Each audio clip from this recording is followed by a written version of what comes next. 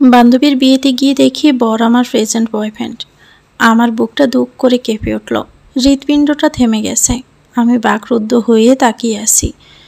কাল রাতে মহানায়ক আমাকে বলেছে সে ট্যুরে যাচ্ছে, নেটওয়ার্কের সমস্যা থাকলে ফোন বন্ধ দেখাবে, অথচ সে সোজা বিয়ের পিঁড়িতে। 2 বছর 15 দিনের রিলেশন আমাদের, কত খুনসুটি আর ভালোবাসার স্মৃতি আমাদের। আমার চোখে রাফি সৎ নম্রভদ্র ছেলে, তার চেয়েও বড় কথা হলো আমাকে নিয়ে সে ভীষণ সিরিয়াস, খুবই কেয়ারিং ছেলে। অথচ ছেলেটা না জানিয়ে সোজা অন্য মেয়েকে বিয়ে করতে চলে এলো, অথচ আমি ট্যুর শব্দটিও জানলাম না। বিষয়টি যেহেতু ঘরোয়াভাবে, তাই সবাইকে ড্রয়িং রুমের পাশের রুমটিতে বসানো হয়েছে। ওদের আগ্রহ নিয়ে হবু দুলাভাইকে দেখতে গেলাম। জানালার পাখে চোখ রাখতেই রাফিকে দেখলাম। অনেকগুলো ছেলের মধ্যে রাফির ধবধবে সাদা পাঞ্জাবি পরে আছে।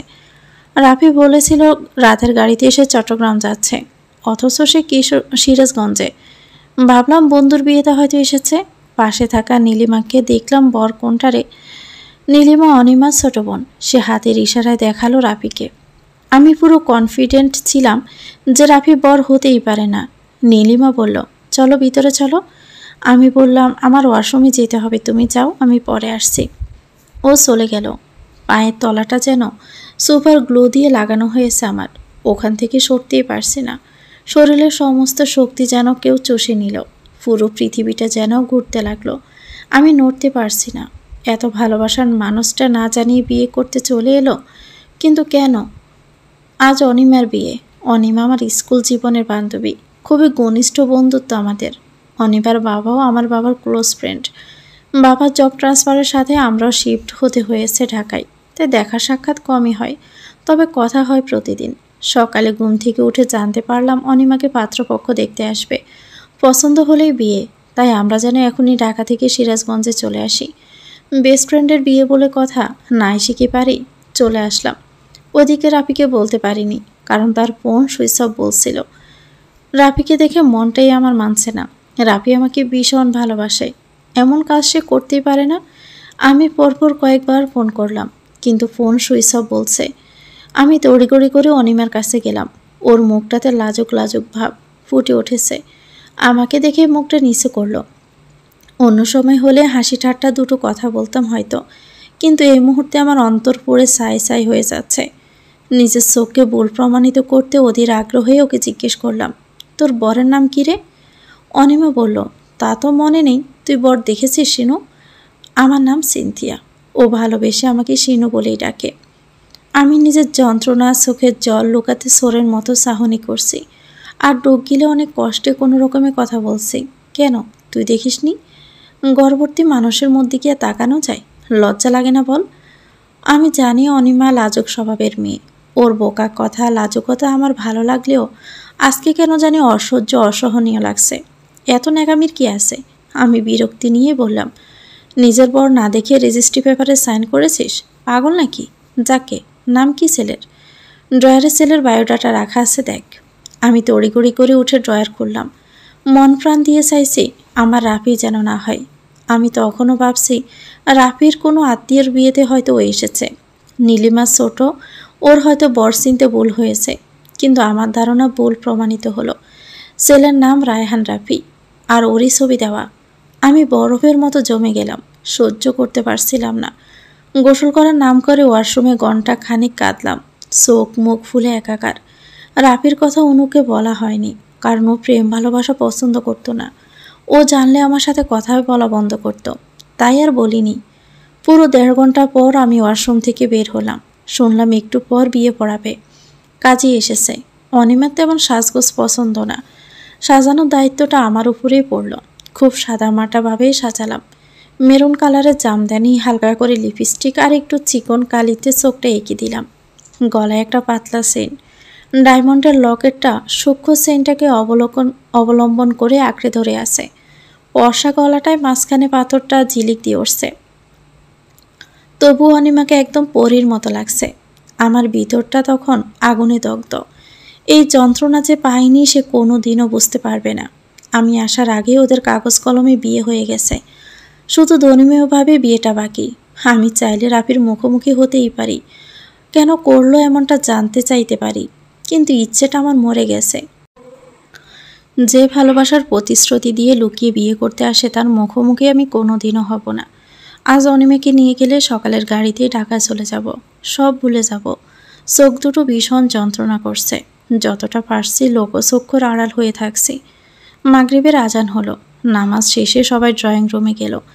একপাশে বসানো হলো বরসহ কয়েকজনকে, মাঝখানে পর্দা টেনে দেওয়া হলো। বর বউ মূলত সামনাসামনি বসে আছে, মাঝখানে পর্দা দেওয়া।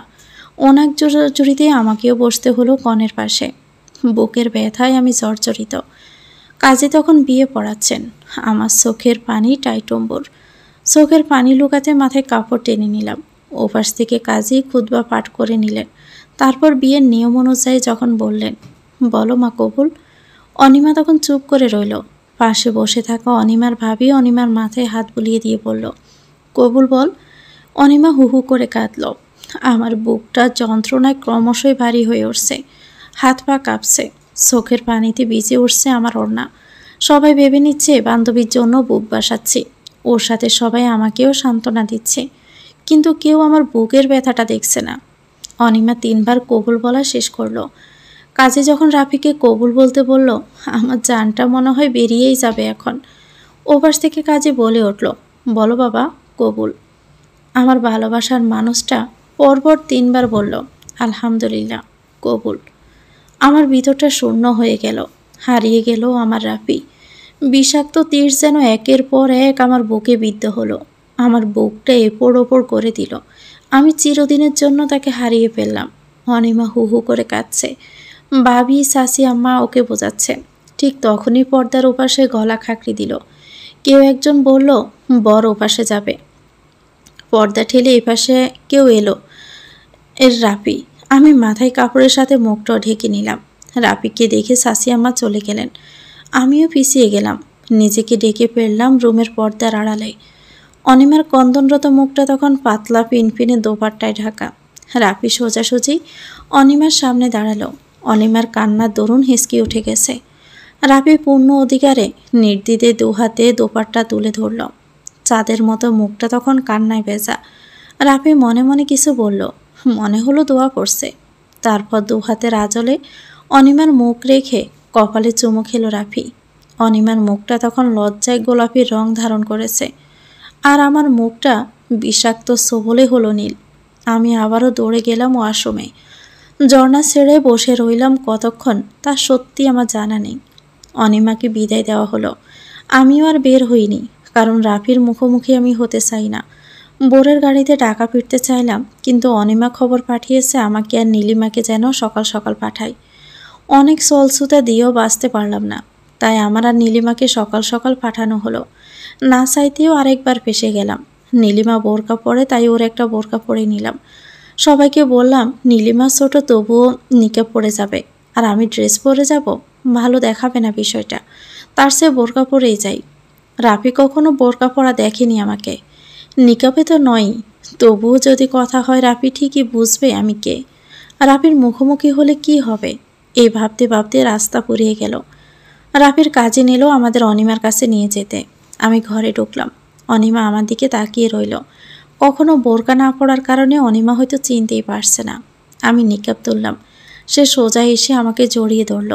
অনিমা সালোয়ার কামিজ পরে আছে। আমি যাওয়ার সাথে সাথে সে বলল, বোরকা খোল।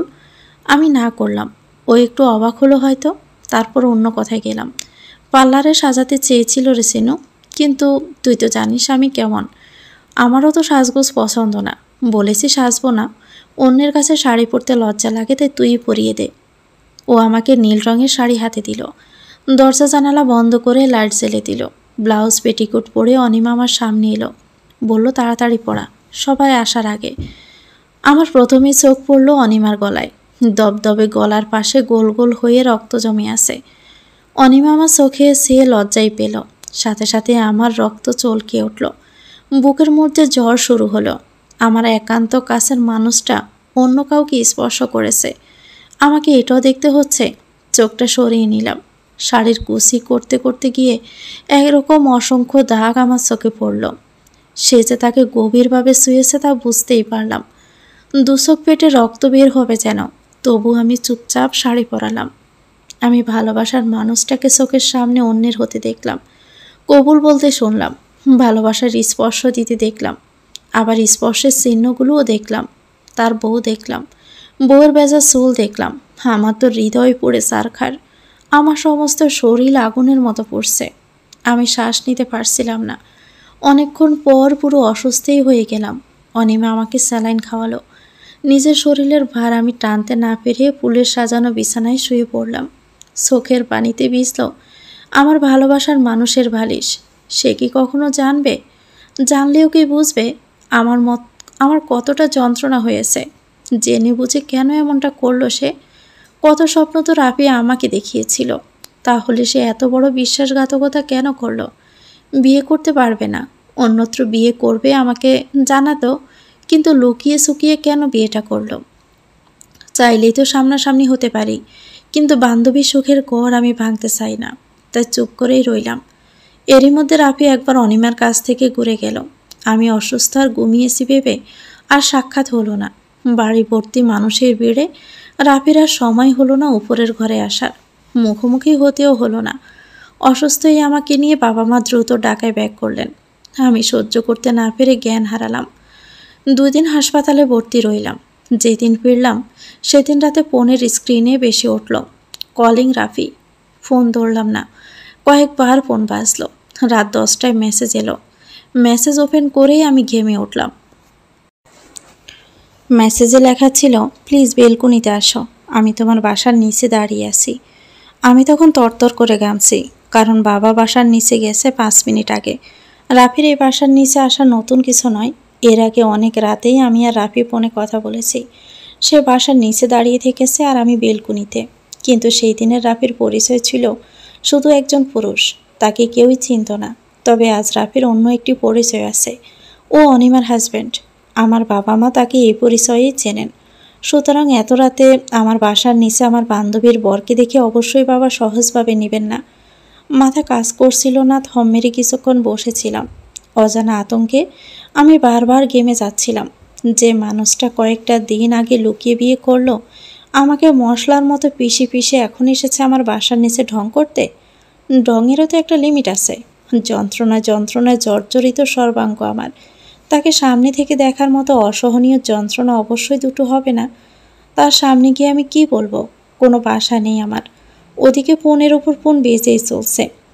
আমার উপর দিয়ে যে ঝড় তুফান গিয়েছে যার জন্য, তার সাথে ফোনে দুটো কথা বলার মতো শক্তি আমার আর নেই।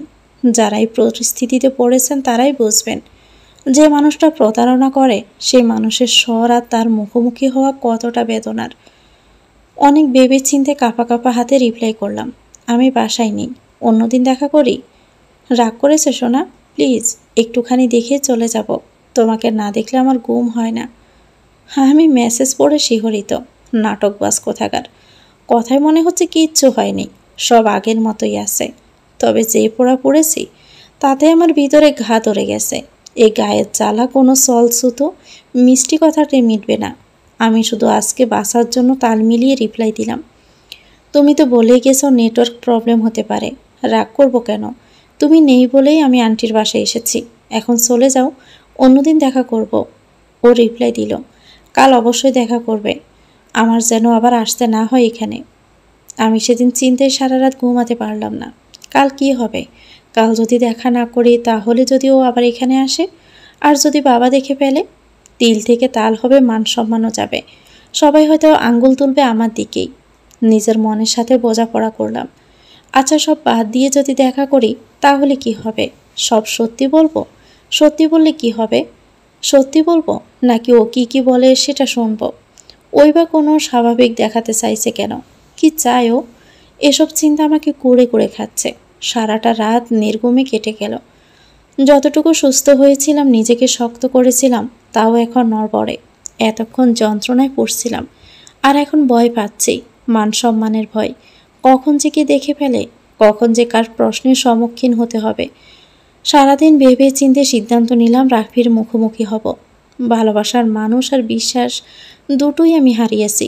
হারানোর মতো আর কিছুই আমার নেই। মান সম্মানটা অন্তত বাঁচুক, আমি সাহসের সঞ্চয় করলাম। আমি রাফিকে বিকেল 5টা নাগাদ লেকের কাছে আসতে বললাম। রাফি ঠিক কী কারণে বিয়ে করেছে আমার জানা নেই। অনেক লোভী পুরুষ থাকে, যারা বউ মনে করে বউ গার্লফ্রেন্ডের চেয়ে পরনারী সুন্দর, তাই বউ রেখে বিয়ে করে। আবার অনেকে গার্লফ্রেন্ডকে প্রতিশ্রুতি দিয়ে অন্য নারীকে বউ করে। কেন যেন মিস ডায়নার কথাটা খুব মনে পড়ছিল। মিস ডায়না ছিল সব দিকেই সুন্দরী।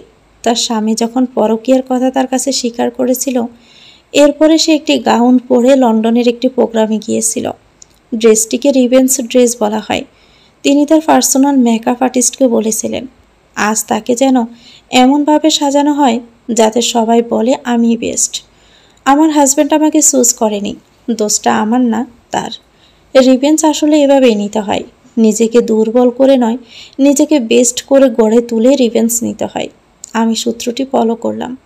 আমার ভিতরীয় ব্যথা মোমের আলোর মতো টিপ টিপ করে জ্বলছিল। শুধু মনে হচ্ছিল, রাফিও সুন্দরের লোভেই যদি অন্য নারীকে বিয়ে করে থাকে, তাহলে আজকে আমি তার সামনে গিয়ে তাকে আমৃত্যু পোকাবো। আফসোসের বন্যা বইবে জীবনের শেষ প্রান্তেও। এটিই হবে আমার প্রতিশোধ। যদিও আমার শরীর দুর্বল, তবুও মনের জোর নিয়ে আলমারি থেকে একটা শাড়ি বের করলাম। তার সামনে কখনো শাড়ি পরা হয়নি। প্রতিপক্ষের সামনে কখনো দুর্বল হতে নেই, হতে হবে কনফিডেন্ট আর স্ট্রং, যাতে দেখেই প্রতিপক্ষ দুফা পিছিয়ে যাবে। গোলাপি ব্লাউজের উপর শুভ্র সাদা শাড়ি পরলাম। গলায় পরলাম পাতলা চেন, কানে ছোট্ট দুল দুটো, ডায়মন্ড কাটের সাদা স্টোনের মায়ের চুড়ি জোড়া পরে নিলাম। নিতম্ব সোয়ানের চুলগুলোকে স্বাধীন করে উঠতে দিলাম। খোলা চুলে কখনো বাইরে যাইনি আমি, কিন্তু আজ যে আমাকে সুন্দর লাগতেই হবে। সুন্দরের খোঁজে যে পুরুষ আমাকে ছেড়ে অন্যত্র বিয়ে করলো, তার চোখে আমাকে বিশ্ব সুন্দরী লাগতে হবে, যেন সে আমৃত্যু আফসোস করে। আমি বিকেল 5টা নাগাদ লেকের পাড়ে দাঁড়ালাম। সে সময় মতোই পৌঁছালো। আমি তার চোখে তাকাতে পারছিলাম না। প্রতারককে দেখে আমার বুক কাঁপছিল, হাতে পায়ে শক্তি পুরিয়ে আসছিল। অথচ মানুষটা কি সুন্দর বিয়ে করে এখন বুক ফুলিয়ে দেখা করতে এসেছে। মনে হচ্ছে কতই না সৎ। মনে হচ্ছে আমিই চোর আর সেই পুলিশ। কিন্তু আমি তো চোর নই। চুরি যদি কেউ করে থাকে তাহলে সে। আমাকে হতে হবে আজ মিস ডায়না। আত্মবিশ্বাস না থাকলে চলবে না। আমি ঠিকঠাক হয়ে দাঁড়ালাম।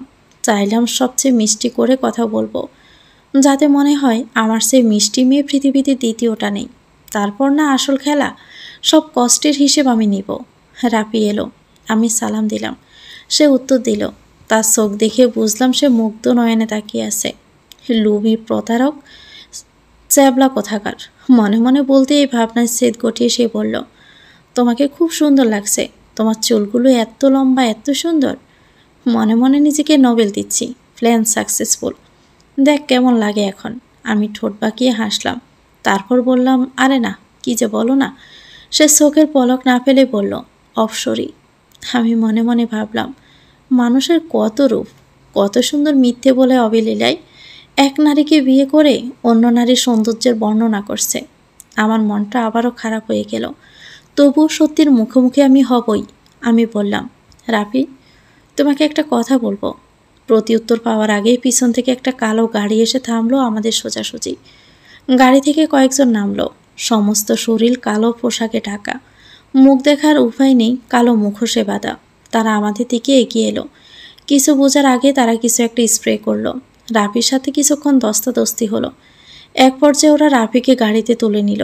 আমার চোখের সামনে সব ঝাপসা। তারপরে জ্ঞান হারিয়েছি। বিশ্বাস করুন স্যার, এর বাহিরে আমি কিচ্ছু জানি না। এতটুকু বলে দম নিল সিনথি। সামনে চেয়ারে বসে আছে এই শহরের সৎ, নিষ্ঠ, আদর্শবান এসপি ইরফাত সিনহা জয়। সেদিনের পর রাফিকে আর খুঁজে পাওয়া যায়নি। সিনথিয়া জ্ঞান হারিয়ে পড়েছিল লেকের ধারে। তাকে তুলে হাসপাতালে নিয়ে এসেছিল পথের মানুষজন। যেহেতু রাফিকে খুঁজে পাওয়া যায়নি, থানায় মিসিং ডায়েরি করা হয়েছে। রাফির কল লিস্ট চেক করে যে নাম্বারটি শেষে পাওয়া গেছে তা হচ্ছে সিনথিয়ার নাম্বার। আর শেষ কথা যেহেতু সিনথিয়ার সাথেই হয়েছিল, এমনকি শেষ লোকেশনে সিনথিয়া আর রাফিকে একই জায়গায় দেখা গিয়েছে, তাহলে স্বাভাবিকভাবে আঙ্গুল সিনথিয়ার দিকেই উঠেছে। কিছু মেসেজ চেক করে জানা গেছে সিনথিয়ার সাথে রাফির প্রেমের সম্পর্ক ছিল। যেহেতু কিছুদিন আগে রাফি বিয়ে করেছে, এই তথ্য ধরে কিডন্যাপিংয়ের মাস্টার মাইন্ড সিনথিয়াই। রাফিকে প্ল্যান মাফিক অন্যের দ্বারা গুম করে নিজেকে বাঁচানোর জন্য জ্ঞান হারানোর নাটক সাজিয়েছে। রাফি নিখোঁজ হওয়ার আগ মুহূর্তে দুজনকে একই লোকেশনে দেখা গেছে। এই সূত্র ধরে সিনথিয়াকে থানায় ডাকা হয়েছে। ডিএজে যত ধরনের ক্রিটিক্যাল কেস এসপি সিনহাকে দিয়ে সলভ করান। ডু অর ডাই অবস্থায় কেসগুলো এসপি সিনহা হাতে তুলে দিয়েই তিনি নিশ্চিন্ত হন। কিন্তু এই কেসটি এসপি সিনহা নিতেই চাননি। তবে ডিআইজি জানান রায়হান রাফি এখন জীবন মরণের মধ্যখানে চলছেন। এই সকল ক্রিটিক্যাল কেস এসপি সিনহা হাত ধরেই সমাধান সম্ভব, যাতে সাপও মরে লাঠিও না ভাঙে। রোগী মরার আগে ডাক্তার হাজির করাতে না পারলে পুরো দেশ ছড়িয়ে যাবে। প্রেমিকাকে না জানিয়ে প্রেমিকের অন্যত্র বিয়ে, অতঃপর প্রেমিকের প্ল্যানে প্রেমিক খুন। পুলিশকে জানানোর পরেও বসে বসে তারা আঙ্গুল ছুঁড়ছেন। কাজের কাজ করেন না, সরকার শুধু শুধু বেতন দিয়ে পালেন। এমনিতেই তো পুলিশের দোষের অভাব নেই, তাই ডিআইজি নির্দেশ দিয়েছেন কেসটি এসপি সিনহাকে সলভ করতে হবে। কি আর করা, তাই এসপি সাহেব কাজে নেমে লেগে গেছেন। পুলিশি জিজ্ঞাসাবাদের পেপার অ্যান্ড সল্ট নরম এবং গরম পদ্ধতিতে কি করে তথ্য আদায় করতে হয় তা এসপি ভালো মতোই জানেন। টেবিলের এক প্রান্তে বসে আছে ইরফাত সিনহা জয়, অপর প্রান্তে সিনথিয়া। বিশালাকাল 6 ফুটের সুদর্শন পুরুষটির হাতে রিভলভার, ট্রিগারে আঙ্গুল রেখেছেন। রিভলভারটি তাক করে রেখেছেন সিনথিয়ার হাতের উপর। কথার মধ্যে মিথ্যের আভাস পেলে ট্রিগার চাপ দিবেন, এই ভয়ে দেখিয়েছেন মুখোমুখি বসার আগে। তার এত লুতুপুতু করে কথা বের করার টাইম নেই, হয় এসপার নয় অসপার। তবে পুরোটা সময় সিনথিয়া একবারের জন্য চোখ তুলে তাকায়নি। সে তার কথার উপর অবিচল। হাতের উপর ভারী পিস্তলের অস্তিত্ব থাকলেও সে একদমই পুরো গল্পটা বলে গেছে। 22 বছরের মেয়েটি যেন পাথরে পরিণত হয়েছে। ভয়ে জড়সড় হয়ে আছে মেয়েটা। এসপি ইরফাত সিনহা পিস্তলটা সরিয়ে নিলেন। মেয়েটির নীরবতা নিস্তব্ধতা দেখে একটু গমগমে স্বর পাল্টে একজন সাধারণ স্বাভাবিক স্বরে কথা বললেন, হোয়াট আ থ্রিলিং স্টোরি। এরপর কি হবে এটা ভাবতেই তো আমার রাতের ঘুমই চলে যাবে। রিয়েলি হার্ট টাচিং, মুভি বানানো যাবে। সিনথিয়া এসপি সিনহার আকস্মিক স্বর পরিবর্তনে অবাক হলো। আসার পর থেকে এসপির গলা ছিল বাঘের গর্জনের মতো গমগমে। দূর থেকে শুনিয়ে মনে হচ্ছিল সে বাঘের খাঁচায় ঢুকছে। আজ আর তার রক্ষা নেই। দেখতে অতিমাত্রা সুদর্শন হলেও বয়ের প্রয়োজনে মানুষটার দিকে দ্বিতীয়বার তাকায়নি সিনথিয়া। তার কথাই যেন পুরো থানা কাঁপছিল। সে ধরে নিয়েছিল বাঘের খাঁচায় ঢুকেছে। সেদিক হলে সোজা উপরে চলে যাবে। যা বলতে বলেছে এক লাইনও এদিক সেদিক করেনি। কিন্তু হঠাৎই এসপির নরম স্বরে কথা শুনেও সিনথিয়া ধীরে ধীরে চোখ তুলে তাকালো। সামনে বসে থাকা সুন্দর পুরুষটি তার কথায় মৃদু হাসছে। তিনি কি মজা নিচ্ছেন? সিনথিয়ার ভীষণ রাগ হলো। এতক্ষণে হাতে তালুর উল্টো পিঠে পিস্তল ঠেকিয়ে এত রোড ব্যবহার করে এখন তাচ্ছিলেন হাসি হাসছে, মজা নিচ্ছে। সিনথিয়া একটু ইতস্ত বোধ করল। এসপি সিনহা যেন উপহাস করে বলল, তোমার মতো পুস্কু মেয়ে করবে kidnap, murder? How funny.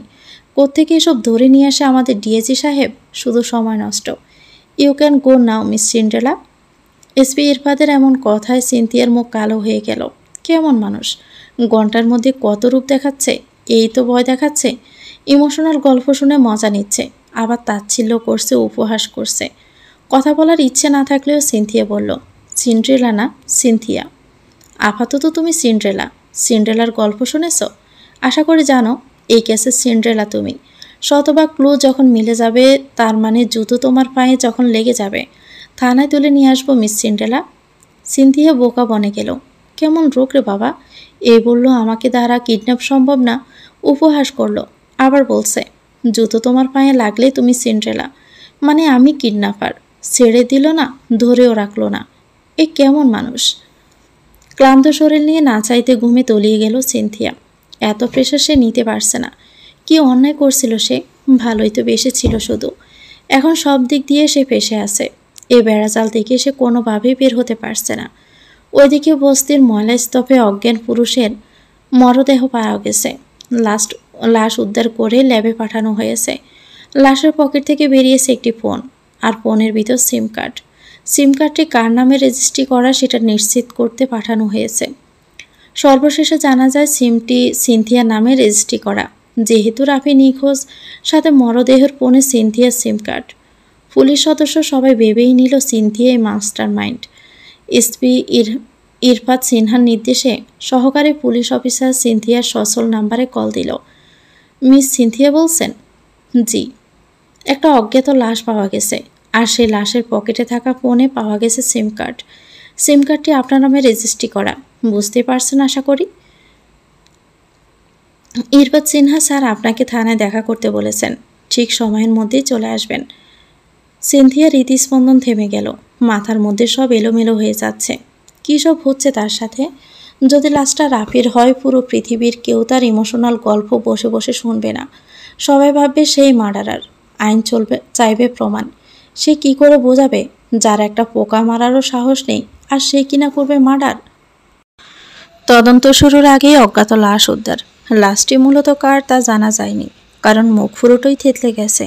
সিনথিয়ার SIM card লাশের কাছ থেকে পাওয়া গেলেও এই ছোট্ট একটা সিম কার্ডের ভিত্তিতে আন্দাজে ডিল মেরে কাদা ছোড়াছড়ি করার মানুষ ইরফাত সিনহা নয়।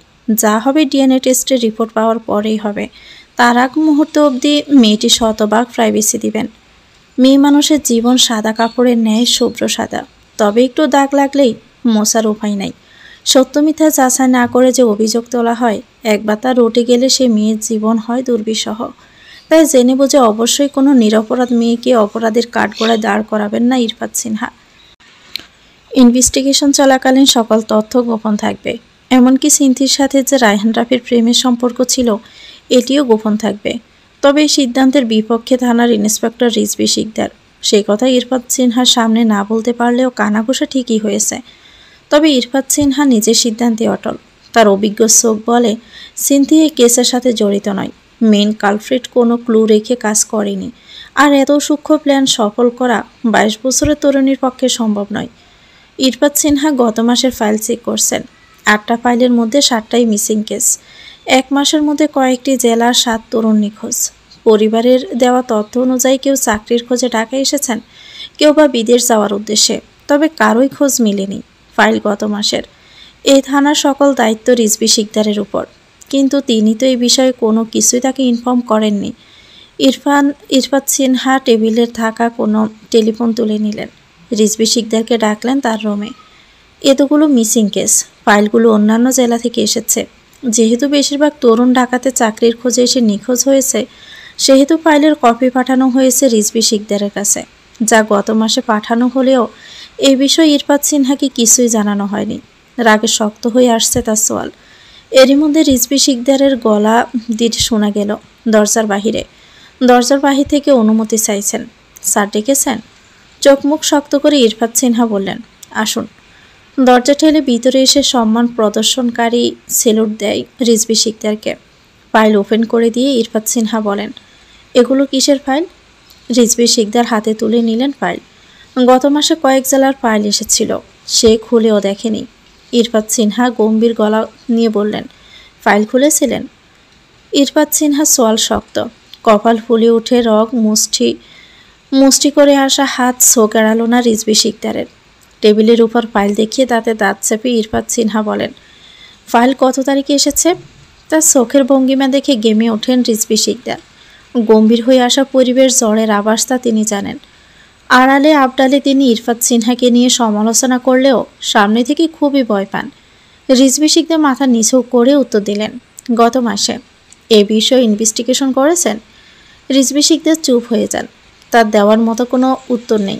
গত মাসের ফাইলে কপি পাঠিয়েছেন বিভিন্ন জেলা থেকে। মাঝে মাঝে তিনি ফাইল আবর্জনার মতোই ফেলে রাখেন, তদন্তর কথা ভুলেই যান। আবার কিছু ফাইল খুলেও দেখা হয় না। এখানে বড় কোনো কেস না আসলে হেডকোয়ার্টার থেকে সচরাচর ইরফাত সিনহাকে দেখা যায় না। এই সুযোগে অনেক সূক্ষ্ম কেসগুলো রিজভী শিকদার অবহেলায় ফেলে রাখেন। কিছু সময় আরাম আয়েসে কাটান, তবে এই ফাইলগুলো একেবারের জন্য খুলে দেখা হয়নি তার। এই সত্যি কথা কি বলা যায়? বললেই তো ইরফাত সিনহা তার মুখ দিয়ে হাত ঢুকিয়ে হৃৎপিণ্ড ছিঁড়ে বের করে নেবেন। বিপদ জেনেও রিজভী শিকদার মুখ বন্ধ করেই রইলেন। ইরফাত সিনহা হাতের মুষ্টি পাকিয়ে সজোরে ঘুষি মারলেন শক্তপোক্ত টেবিলের উপর। টেবিলটাও যেন থরথর করে কেঁপে উঠছে। বজ্রকণ্ঠে আঘাত হানল যেন Irfat Sinha. You can't hear what I saying, answer me mister Rizvi Shikdar. Rizvi Shikdar এবারেও যেন কোনো উত্তর দিল না। সে জানে ইরফাত সিনহা আরও রেগে যাবেন। এর এত বড় ফল্ট তিনি কখনোই মেনে নেবেন না। ইরফাত সিনহা রক্তচক্ষুতে তাকাতেই গমগমে গলায় বললেন, আপনি কি ভেবে দেখেছেন কি হতে পারে? আপনার এমন ভুলের জন্য পুরো ডিপার্টমেন্টের নাম খারাপ হবে। ফাইলগুলো গত মাসের, আর আজ কত তারিখ? তারা তো আমাদের উপর আস্থা করেই বসে আছে। 7টা ছেলে নিখোঁজ। এই 7টা ছেলে যদি লাশ হয়ে ফেরে, কি উত্তর দেবেন তখন? সরকার কি আমাদের বসিয়ে বসিয়ে ফিটার খাওয়াবে? ইরফাত সিনহা ফাইলগুলো হাতে দিয়ে সামনে ঠেলে দিলেন। কথা তালে তালে ব্রুসিয়ে বললেন, প্রত্যেকের পরিবারকে ইনফর্ম করবেন। প্রত্যেকের A to Z ডিটেলস বিকেলের মধ্যে চাই। অবশ্যই নিজের কাজ নিজে করবেন। ইরফাত সিনহা খানিকটা থেমে আবার বললেন, কিভাবে এই পোস্টে এসেছেন জানি না, সেসব আমার জানারও বিষয় নয়। তবে নেক্সট কখনো এমন ভুল হলে চাকরি হারাতে হবে রিজভী শিকদার, কথাটা মাথায় রাখবেন। আউট। সকাল থানার মধ্যে ফিসফিসানি কানাকানি চললেও এখন পরিবেশ ঠান্ডা। ইরফাত সিনহার মাথা গরম। থানার পরিবেশ থমথমে, কারো মুখে আর কোনো কথা খোঁজার নেই, সবাই কাজে ব্যস্ত। সিনথিয়া শুনে গুনে গুনে 36 মিনিট ধরে বসে আছে থানার মধ্যে। তার মা বসে আছেন সাথেই। 36 মিনিটের মধ্যে হওয়া ঘটনা স্বচক্ষে না দেখলেও ইরফাত সিনহার বজ্রকণ্ঠিত গলা সে ভালোভাবেই শুনেছে। এই মুহূর্তে ইরফাত সিনহার মুখোমুখি হতে খুব বেশি ভয় করছে তার। শরীর গেমে গেমে উঠছে। এদিকে থানায় থাকা পুলিশ সদস্যদের যতবার মুখোমুখি হয়েছে, তারা যেন চোখ দিয়ে তাকে গিলে খেয়েছেন সিনথিয়াকে। তাদের চাহনিতে সিনথিয়া নিজেকে মানুষ নয়, ভয়ঙ্কর জীবজন্তু মনে হচ্ছে। ভুল না করেও তাকে যেভাবে খেসারত দিতে হচ্ছে, তার থেকে জীবনের পরিসমাপ্তি মনে হয় অনেক সহজ। ঘন্টা পেরিয়ে গেল। এরপর ডাক পড়ল সিনথিয়ার। এসপি ইরফাত সিনহা তাকে অফিস কক্ষে ডেকেছেন। শুনে পা দুটোতে যেন শক্তি পুরিয়ে আসছে সিনথিয়ার। সিনথিয়ার লম্বা বিশ্রামের প্রয়োজন, কিন্তু যে চোরাবালিতে পা পড়েছে, মরা না পর্যন্ত তার কোনো বিশ্রাম নেই। আজ কি প্রশ্ন করবে আর সে কি উত্তর দিবে ভেবেই কুলকিনারা পাচ্ছে না। তবুও দৃঢ়পায়ে নিজের শরীরটাকে ঠেলে ঠুলে এসপি দরজার সামনে দাঁড়ালো সিনথিয়া। মুখে কোনো কথা আসছে না। মনে মনে ভাবছে সব বাদ দিয়ে স্বীকার করবে সে রাফিকে মেরেছে, এরপর তার ফাঁসি হয়ে যাবে। এত সত্যি বলে হয়রানির চেয়ে মৃত্যুই ভালো। সিনথিয়া নিস্তব্ধ হয়ে দাঁড়িয়ে আছে দরজার সামনে। কি বলবে ভেবে পাচ্ছে না। ইরফাত সিনহা ছোট ছোট কাগজের টুকরো লিখে লিখে ফিন গেঁথে দিচ্ছেন দেওয়ালে টানানো বোর্ডে। হিসেবের গড়মিলে টুকরোগুলোকে উপর নিচ ডান বাম করে লাগাচ্ছেন। উল্টো দিক ঘুরে তিনি কারো অস্তিত্ব টের পেয়ে বললেন, কামিং। সিনথিয়া পিপিলিকার ন্যায় দৃঢ় পায়ে ভিতরে ঢুকল। মনে মনে ভাবছে এসপি সাহেব কি করে বুঝলেন যে সে এসেছে। প্রশ্নের উত্তর খোঁজার হলো না। ইরফাত সিনহা ঘুরে দাঁড়ালেন। লম্বা লম্বা পা ফেলে সিনথিয়ার মুখোমুখি দাঁড়ালেন ইরফাত সিনহা। দুশ্চিন্তায় ঝিমঝিম করা সিনথিয়ার মাথাটা এখন ফাঁকা ফাঁকা লাগছে। এত লম্বা পাহাড়ের মতো মানুষের সামনে দাঁড়িয়ে নিজেকে পিপিলিকেই মনে হচ্ছে। দুর্বল শরীরটা আরও দুর্বল লাগছিল। সিনথিয়া ভাবছে সামনে দাঁড়ানো এই মানুষটি এই মুহূর্তে গর্জন দিয়ে পুনরায় তার নামও জিজ্ঞেস করে, তাহলে সে নিশ্চিত ভুল করবে। একে তো সব চিন্তা মাথায়, ভাবনায় মাথা কাজ করছে না, এখন তো ব্রেইনি ড্যামেজ হওয়ার জোগাড়। চোখের ইশারায় সিনথিকে স্যার দেখালেন ইরফাত সিনহা। মুখের শান্ত ধীর গলায় বললেন, সিট ডাউন। গতদিনও এত ভয় লাগেনি, যা সত্যি তাই বলেছে। কিন্তু সিম কার্ড কী করে লাশের কাছে গেল, সেই উত্তর সে কী করে দিবে। ভয়ে মুখটা চুপসে যাওয়া বেলুনের ন্যায় হচ্ছে। ভয়ে সালাম কালামে ভুলে বসেছে।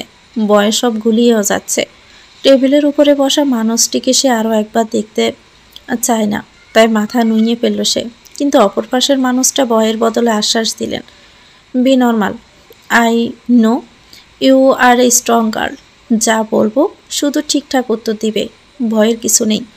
সিনথিয়া মাথা ঝাঁকিয়ে হ্যাঁ সম্মতি জানায়। কালকের বিষয় তো জানো। সিনথি মাথা ঝাঁকায়। তোমার কি কোনো সিম কার্ড হারিয়ে গেছে? সিনথি দুদিকে মাথা নাড়ালো, যার অর্থ না। কাউকে সিম কার্ড দিয়েছিলে কখনো? মনে করে দেখো। সিনথি আবারও মাথা ঝাঁকালো, যার অর্থ না, দেয়নি। ইরফাত সিনহা টেবিলে দুহাত ভাঁজ করে এগিয়ে বসলেন। সিনথি মাথা তুলে তাকাচ্ছে না। ইরফাত সিনহা চাইছেন মেয়েটা তাকে ভয় না পাক। তিনি যথাসাধ্য মসৃণ গলায় কথা বলছেন। তিনি আবারও বললেন, কয়টা সিম কার্ড তুমি এই অবধি কিনেছিলে? এর মধ্যে লাস্ট 24 এই ডিজিটের নাম্বার তোমার আছে? সিনথি দৃষ্টি তুলে তাকালো, হাত দুটো দিয়ে টেবিল আঁকড়ে ধরল। তার চোখ মুখ বলছে নাম্বারটি তার চেনা, তবে মুখে কিছু বলছে না। ইরফাত সিনহা ভাবছে গতকাল রিভলভারের নিচে হাত রেখেও মেয়েটি এত ভয় পায়নি, কিন্তু মেয়েটি আজ ভয় পাচ্ছে। ভয় পাওয়ারই কথা। অল্প বয়সে মেয়ের উপর কিডন্যাপিং, মার্ডার কেস আসা ব্রেইনে প্রেশার পড়ার মতোই বিষয়। তিনি চাইলেন সিনথি ইজি হোক। টেবিলের অপর প্রান্তে জড়সড় হয়ে বসে আছে সিনথি। ভয়ে বারবার টেবিল খামচে ধরছে। ইরফাত সিনহা নিজের শক্তপোক্ত কঠিন হাতটি যথাসাধ্যই গলিয়ে সিনথির কোমল হাতের পাতায় উল্টো পিঠে রাখলেন। তারপর আলতো সাপোর্ট দিয়ে সাহস দিলেন, ট্রাই টু বি ইজি। সিন্থির বুকের মধ্যে আতশবাজির মতো তীব্র শব্দে কেঁপে উঠল। তারপর শীতলতায় শান্ত হয়ে গেল ভিতরটা। ভয়টা কার্পুরের মতো উড়ে গেল। ওদিকে ইরফাত সিনহা আবারও বললেন, ওই সিম কার্ডটা কাউকে দিয়েছ? মানে রাফিকে? সিন্ধি ধীর গলায় উত্তর দিল, না, ওকে আমি কোনো সিম কার্ড দিইনি। যে সিমটির কথা বলছেন ওটা টেলিটক সিম। এসএসসিতে জিপিএ 5 পাওয়ার পর সিমটা পেয়েছিলাম। আমার বাসায় ওই সিম ইউজ করলে নেটওয়ার্কের সমস্যা হয়, তাই খুলে রেখে দিয়েছিলাম অনেক আগে। তাহলে সিমটা অন্যের কাছে গেল কি করে? আমি জানি না। ও লাশটা যার হোক, এই সিম কার্ডের জন্য তুমি কত বড় জালে ফাঁসতে পারো বোঝো? কত ধরনের ক্রাইম হয় এখন, এত বেখেয়ালি হলে চলবে? সিনথি জমে গেল। তার জীবনে আর কি কি দেখার আছে সে সত্যি জানে না। সিম কার্ডটা তার হলেও সে সত্যি জানে না কিভাবে অন্যের কাছে গেল। আর ওই সিমটা লাগে না বলে কোথায় রেখেছিল ভালো করে মনেও পড়ছে না। এই অযৌক্তিক কথা কি কেউ এই মুহূর্তে বিশ্বাস করবে? তার কথা বলার মুখ নেই। কয়েক সেকেন্ড চুপ রইলেন ইরফাত সিনহা। তারপর বললেন, বাসায় কে কে থাকে? মা, বাবার ভাই। তোমার ভাইয়ের এইজ স্টাডি 9-এ পড়ে, 13-14 হবে। আজ বাসায় ফিরে বাইরে থেকে শুনবে তার গার্লফ্রেন্ড আছে কিনা, আর তোমার সিম কার্ড নিয়ে তাকে দিয়েছে কিনা। মানে মানে অনেক সহজ, তোমার ভাই আন্ডার 18, তাই তার কোনো সিম কার্ড থাকার কথা না। তার গার্লফ্রেন্ড থাকলে আন্ডার 18ই হবে, তারও সিম থাকার কথা না। টাকা দিয়ে ফোন পাওয়া গেলেও কিন্তু সিম কার্ড পাওয়া যায় না। তোমার সিম কার্ড দিয়ে যদি তাদের প্রেমের পথ মসৃণ হয়, তারা এই সহজ পথ গ্রহণ করতেই পারে। কিন্তু যে মারা গেছে সে তো পুরুষ, তাতে কি? যে ফোনে তোমার সিম কার্ড ইউজ হয়েছে সেটি চুরি হতে পারে, অন্য কারো হাতে পড়তে পারে, বা আরও অনেক কিছুই হতে পারে। তাদের মধ্যে কেউ মারা যেতে পারে। আপনি বলতে চাইছেন ওটা রাফি না? ধরে নাও তাই। এমন কথা শুনে সিনথিয়া হা হয়ে গেল। ইরফাত সিনহা বললেন, হা হওয়ার মতো কিছু হয়নি। এই যুগে অনেক কিছুই হতে পারে। খুশি হয়েছ রাফি বেঁচে আসছে শুনে? আপনি কি করে শিওর হচ্ছেন যে ওটা রাফি না? রাফির ডিএনএ টেস্টের আগে তার মা আমাকে নিজে ইনফর্ম করেছেন এটি তার ছেলে না। তবুও সবার কনফিউশন দূর করার জন্য টেস্ট করা হয়েছে। একজন মায়ের চোখ ছেলেকে চিনতে ভুল করে না মিস সিন্ড্রেলা? সিনথির মুখটা ছোট হয়ে গেল। রাফির ঠকানোর কথাটা মনে পড়ে আবারও বুকটা পড়ে উঠল। চোখ ভরপুর হয়ে গেল জলে। ইরফাত সিনহার চোখে বিষয়টি ধরা পড়ল। ইরফাত সিনহা একটা রহস্য হাসি হাসলেন। বোকা মেয়ে, ভুল মানুষকে ভালোবেসে কেউ কাঁদে নাকি? তুমি বরং শুকরিয়া করো, এমন মানুষের জীবনসঙ্গী হতে হয়নি তোমাকে। সিনথি অপ্রস্তুত হলো আবার, হাতের উল্টো পিঠে চোখ মুছে নিল। তারপর বলল, আমি কি যাব এখন? ইরফাত সিনহা সম্মতি দিলেন। সিনথি আলগোসে উঠে দাঁড়ালো, কিন্তু দু পায়ের উপর ভর দিয়ে দাঁড়িয়ে থাকতে পারল না। দফাস করে বসে পড়ল চেয়ারে। ইরফাত সিনহা মিষ্টি করে ঠোঁট ছড়ালেন, এত দুর্বল হলে চলবে? এই কেসের শেষ পর্যন্ত তোমাকে স্ট্রং থাকতে হবে, কনফিডেন্ট থাকতে হবে। তুমি তো জানো তুমি কিছু করনি, তাহলে কেন নিজের দম বন্ধ করে রেখেছ? মন ভরে শ্বাস নাও, আমি আসি, তুমি নিশ্চিন্তে থাকো। সিনথির মনটা শুভ্র শিউলির ন্যায় ফুরফুরে হয়ে গেল। সে শ্বাস টেনে নিল লম্বা করে। বকুল ফুলের সুঘ্রাণে বুকের ভিতরটা পরিপূর্ণ হলো যেন।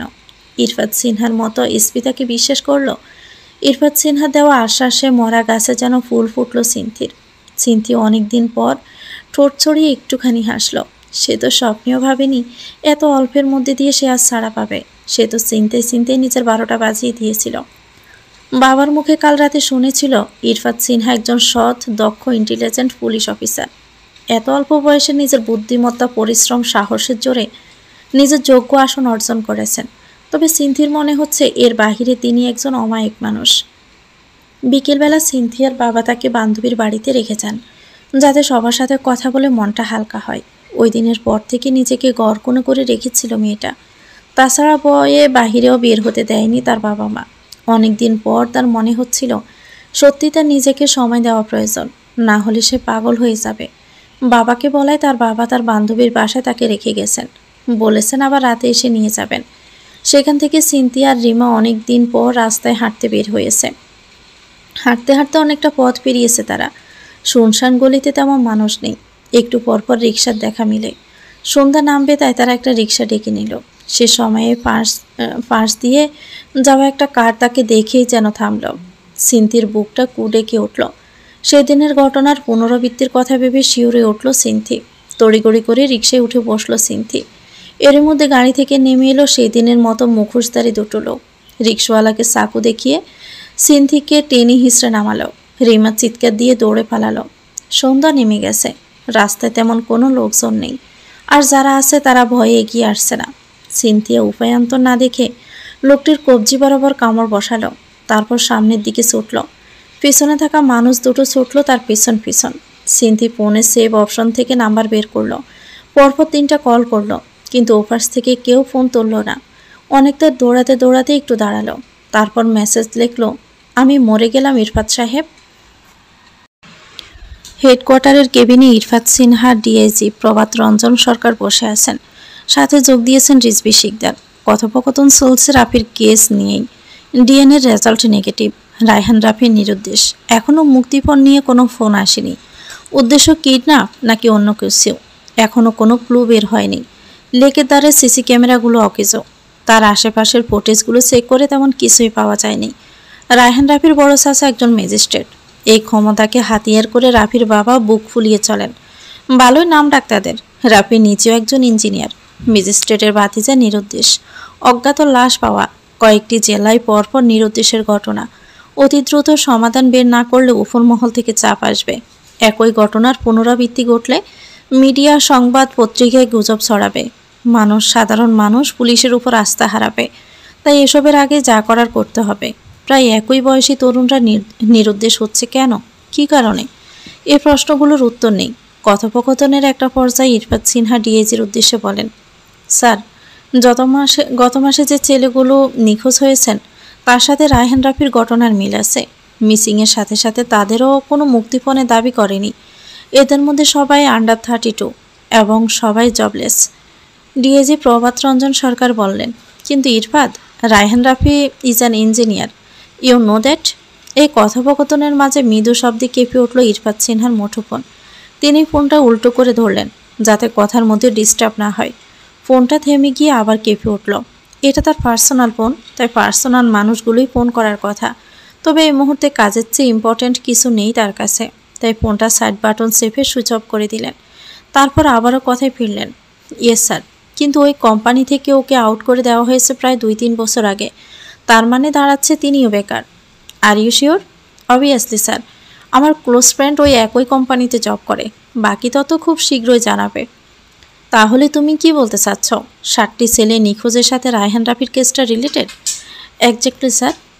অন্ধকার হয়ে আসা প্রায় জনমানবহীন সরু গলি, পিছনে তেড়ে আসা ভাগের ন্যায় মুখোশধারীর কবল থেকে নিজেকে বাঁচাতে দিক বেদিক শূন্য হয়ে ছুটছে সিনথিয়া। আর প্রাণপ্রণে অন্তরের অন্তঃস্থল থেকে একটি দোয়াই করছে, ইরফাত সিনহা যেন তার দেওয়া মেসেজটি পড়েন আর খুব দ্রুত যেন এই বিপদ থেকে উদ্ধার করেন। সিনথিয়া প্রাণপ্রণে দৌড়াচ্ছে, আবার সুযোগ বুঝে পিছনে ফিরে ফিরে তাকাচ্ছে। মুখোশধারী দুটো লোক তাকে ধরার জন্য মরিয়া হয়ে ছুটছে, যেন হীরাপান্নার সন্ধান পেয়ে গেছে। পথঘাটের কিচ্ছু না আছে নাই। সিনথিয়া চোখের সামনে যে পথ দেখছে সেদিকে ছুটছে। অন্ধকারে তলিয়ে গেছে চারদিক। সিপে চাপা গলিতে মনে হচ্ছে গভীর রাত। সিনথিয়া সামনে যেতে দেখলো গলির মোড় ঘোরার আগেই পাশাপাশি খাড়া দুটো বিল্ডিং, মাঝখানে একটু সরু রাস্তা, ময়লার আবর্জনায় ভরপুর। কতক্ষণ আর এভাবে দৌড়াবে? একটু লুকিয়ে দেখা যাক না কি হয়। সে সরু রাস্তা নিজের শরীর গলিয়ে ঢুকে যায় সিনথি। তপ্তবারে শ্বাস পড়ছে তার পোষ করে। দুহাতে মুখ চেপে ধরে সামনে নেয় নিজেকে। লোক দুটো দৌড়ে মোড় ঘুরে পার হয়ে গেলে যেন বেঁচে যাবে সে। এটি যেন তার শেষ ভরসা হলো তাই লোক দুটো দৌড়ে সামনের দিকে চলে যাচ্ছে। সিনথিয়া হাফ ছাড়ে লম্বা করে একটা দম নেয়। হাতের মুঠোয় থাকা ফোনটা দুহাতে আঁকড়ে ধরে সিনথিয়া। বাসা থেকে অসংখ্যবার কল এসেছে। সিনথিয়া ফোনটা স্ক্রল করে হারিয়ে যাওয়া বাস্তব নেই একটি নাম্বার খোঁজে। না, কোনো কল আসেনি। দেখেই বুকের মধ্যে খাঁচায় আবদ্ধ থাকা সুপ্ত আশাটা পাখির ন্যায় উড়াল দিয়ে বুকটা শূন্য করে দিয়ে চলে যায়। সে কি শতভাগ আশা করেছিল ইরফাত সিনহা কল ব্যাক করবেই? সে কি ভেবেই নিয়েছিল বিপদে পড়লেই ইরফাত সিনহা তাকে বাঁচাতে আসবে? কিন্তু ইরফাত সিনহা এমন কোনো আশ্বাস কি তাকে কখনো দিয়েছিল? কখনো না। কেসের প্রয়োজনে সে শুধু মোক্ষম গটি, তাই খেলার আগে তাকে সুন্দর করে সাজিয়ে গুজিয়ে নিচ্ছে ইরফাত সিনহা। সেই সুবাদে একটুখানি তার সাথে ভালো করে কথা বলেছে, তাতে এত আশা করে বসলো। সে কে?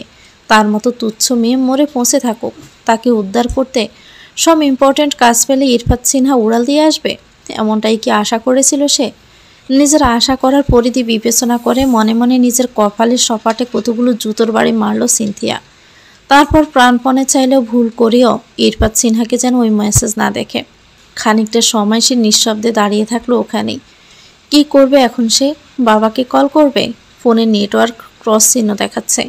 সে মনে মনে ভাবছে, তার বাবা আসলে যদি আরেকটা বিপদ হয়, তার সাথে যদি তার বাবাকেও তুলে নিয়ে যায়। না, সে এমন রিস্ক জীবনেও নিবে না। সে নিজে মরে যাক, পচে যাক, তবু পরিবারটি ভালো থাকুক। সে উঠে দাঁড়ায় সন্তপনে। গুটি গুটি পায়ে উকি দিয়ে দেখতে চায় আশেপাশে ওই লোকগুলোকে দেখা যায় কিনা। দুফা বাড়াতে একগুচ্ছ আলোক রশ্মি মুখের উপর হায়নার মতো চাপিয়ে পড়ে। চোখ বন্ধ হয় আপনা আপনি। সে চোখ টেনে তুলে তাকায় পুনরায়। এ কি? সে মানুষগুলোই তো। চিনতে অসুবিধা হয় না সিনথিয়ার। বুকের মধ্যে বিভেদ সংকেত ঘণ্টা বাজিয়ে ওঠে। জেসে এসে যে সে লুকিয়ে কুমিরের মুখের মধ্যে ঢুকে গেছে। বুকের কাঁপনে হৃৎপিণ্ড বেরিয়ে আসার জোগাড়। এবার সে কোথায় পালাবে? চোখ বন্ধ করে ধোয়া ওঠা কফিতে চুমুক দেয় ইরফাত সিনহা। চুমুকের ফাঁকে ফাঁকে কথা বলছেন তিনি। স্যার, উত্তরবঙ্গে একই জেলার দুই বন্ধু একই সাথে নিখোঁজ। রিজভী শিকদার সকাল থেকে একটি কেসের পূর্ণাঙ্গ নিউজ নিতেই হিমশিম খাচ্ছেন। তাই কাজটি দ্রুততার সাথে সম্পন্ন করতে আমি নিজেই সশরীরে সেই জায়গাগুলোতে যেতে চাই। তুমি যেটা ভালো মনে করো। তোমার উপর আমার পূর্ণ আস্থা আছে। Okay sir. আমার অনুপস্থিতিতে রিজভী শিকদার কাল থানায় তো থাকছেনই, তিনি ওদিকটা যেন হ্যান্ডেল করেন। ওকে, বেস্ট অফ লাক। মৃত্যুর দোরগোড়া থেকেও যেন শেষ চেষ্টাটা করে সিনথিয়া। খারাপ সময়ে নিজের মৃত্যু কামনা হয়তো সবাই করে, কিন্তু সত্যি সত্যি কেউ মরতে চায় না। সিনথিয়াও প্রাণ বাঁচাতে উল্টো করে দৌড় দেয়। দুপাশের চাপা দেওয়ালে ধারালো ঘর্ষণে জন্তুর মতো খুবলে খুবলে খেয়ে নেয় ডানার মাংস। জুতো বেদ করে ঢুকে যায় কাছের টুকরো। পিছনে মানুষ দুটো চাপা দেওয়ালের মধ্যে আগাতে পারছে না। সেই সুযোগে সিনথিয়া এক ছুটে বেরিয়ে যায়। বিল্ডিংয়ের পিছনে বড়সড় একটা গলি, তার পাশে একটা ডোবা। হলদে লাইটের আলোয় পথটাকে শেষ প্রান্ত অবধি দেখা যাচ্ছে। এ পথে গেলে দৌড়ে পার পাবে না সে। তাই সিনথিয়া আর সরু রাস্তা দৌড়ল না। সাপ বিচ্ছু কোনো কিছুর পরোয়া না করে পুকুরে নেমে পড়ল। রাস্তা থেকে অনেক নিচুর দিকে পুকুরটি হওয়ায় আলো নেই। লতা পাতা আর আগাছায় ভরা। থোকায় থোকায় কচু গাছগুলো সংসার বেঁধেছে অনেকখানি জায়গা জুড়ে। উপায়ন্ত না দেখে সিনথিয়া ঘন কচুর আড়ালে দাঁড়ালো। তারপর পানিতে সর্বাঙ্গ ডুবিয়ে মাথাটুকু বের করে রাখল। অনিমার কপালে যেন শনির দশা। এ যেন কাঁচা বাসে গুণ ধরার মতো অবস্থা। খাখা জ্যোৎস্নার মধ্যে তার ঘরে নেমেছে আমাবস্যা। বিয়ের একদিন পরে রাফি তাকে নিয়ে পাড়ি জমিয়েছিল ঢাকায়। সুখের সাগরে ভাসতে গিয়ে এখন তো সে সাগরের কুল কিনারেই হারিয়ে বসেছে। স্বামী নিখোঁজ। কাঁদতে কাঁদতে চোখের জল আর থানায় যেতে যেতে পায়ের বল দুটোই যেন পুড়িয়ে এসেছে। তবে এই দুর্দিনে সে রোজ একবার ফোন করে, সে হলো সিনথিয়া। তবে আজ তার একটা ফোনও আসেনি। তার সাথে কথা বললে মনটা একটু হলেও হালকা হয়। তাকে একবার ফোন করা দরকার। অনিমা টেবিল হাতড়ে ফোনটা নিজের কাছে টেনে নিল।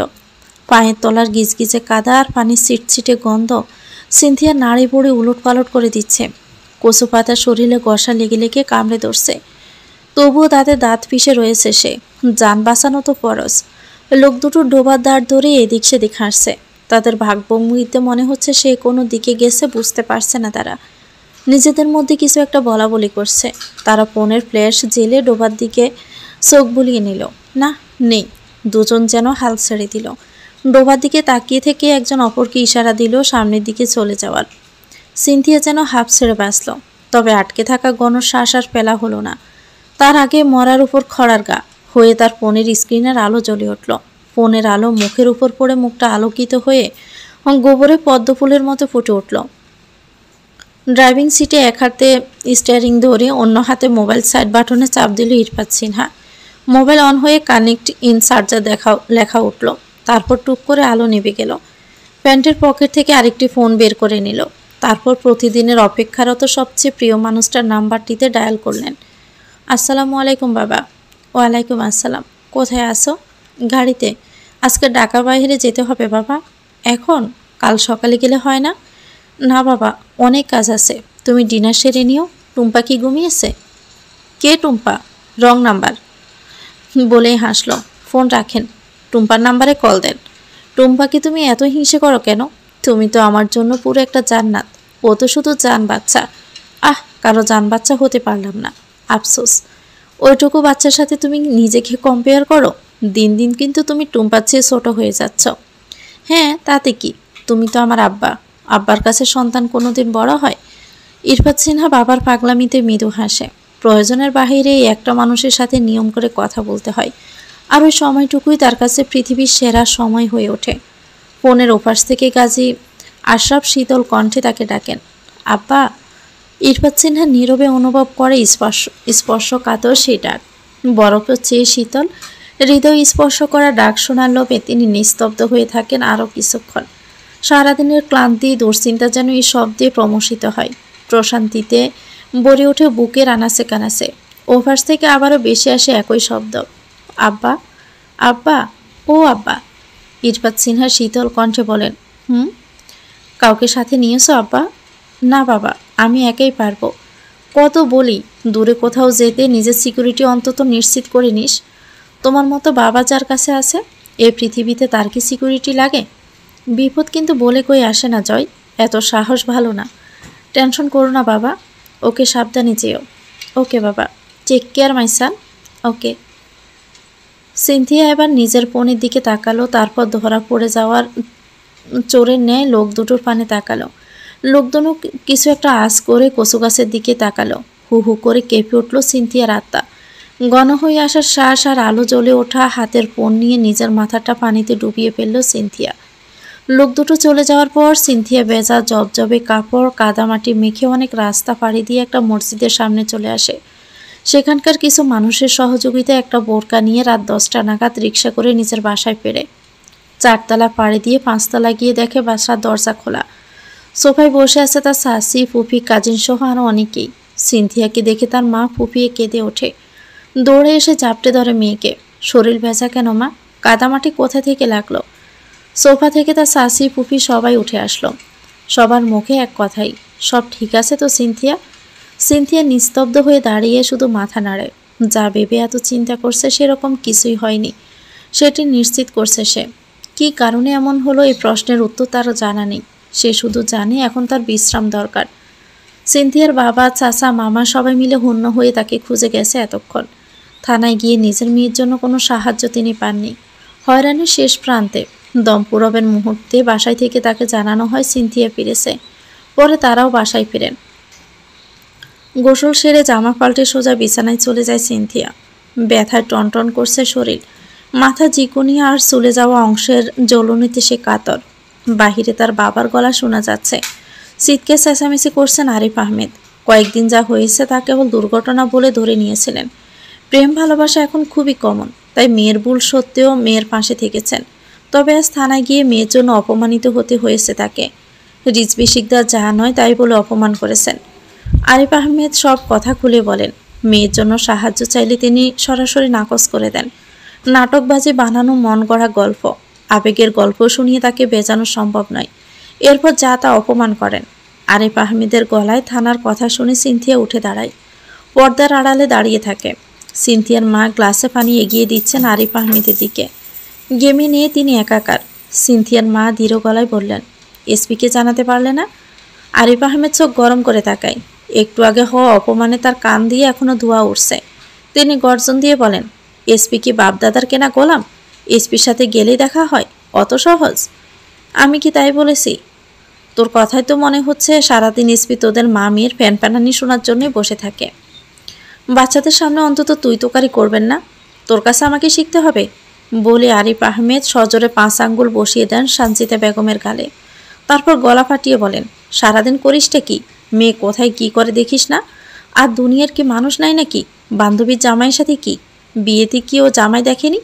ওর সাথে হাজার হাজার বছরের প্রেম থাকলেও এখন তো সে অন্যের বর। কি নির্লজ্জ মেয়ে আমার! অন্যের বরের সাথে দেখা করে, তাও আবার শাড়ি পরে। ও তো নিজের জালে নিজেই ফেসে গেছে। মেয়ে সারাদিন থাকে তোর কাছে। মেয়েকে তুই কি শিক্ষা দিস? গণ্ডমুখ্য হচ্ছে দিন দিন।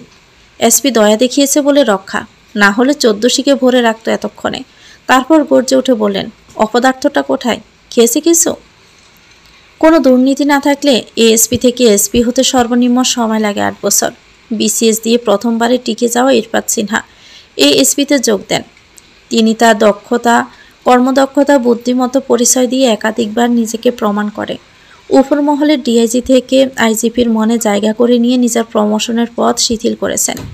এরপর সব সিনিয়রদের টেক্কা দিয়ে সবার সহযোগিতা ও নিজের কর্মদক্ষতায় 8 বছরের আগে নিজের যোগ্যস্থান দখল করে নিয়েছেন। এ মানুষকে টেক্কা দেওয়া তো সহজ কথা নয়। তবে রিজভী শিকদার যে এবার অন্য চাল চালবেন, যাতে সাপও মরে লাঠিও না ভাঙে। ইরফাত সিনহার অনুপস্থিতিতে রিজভী শিকদারের মাথায় একটা দুষ্টবুদ্ধি খেলা করে। জীবনে বহুভাবে তিনি ইরফাত সিনহার কাছে অপমানিত হয়েছেন, ছোট হয়েছেন।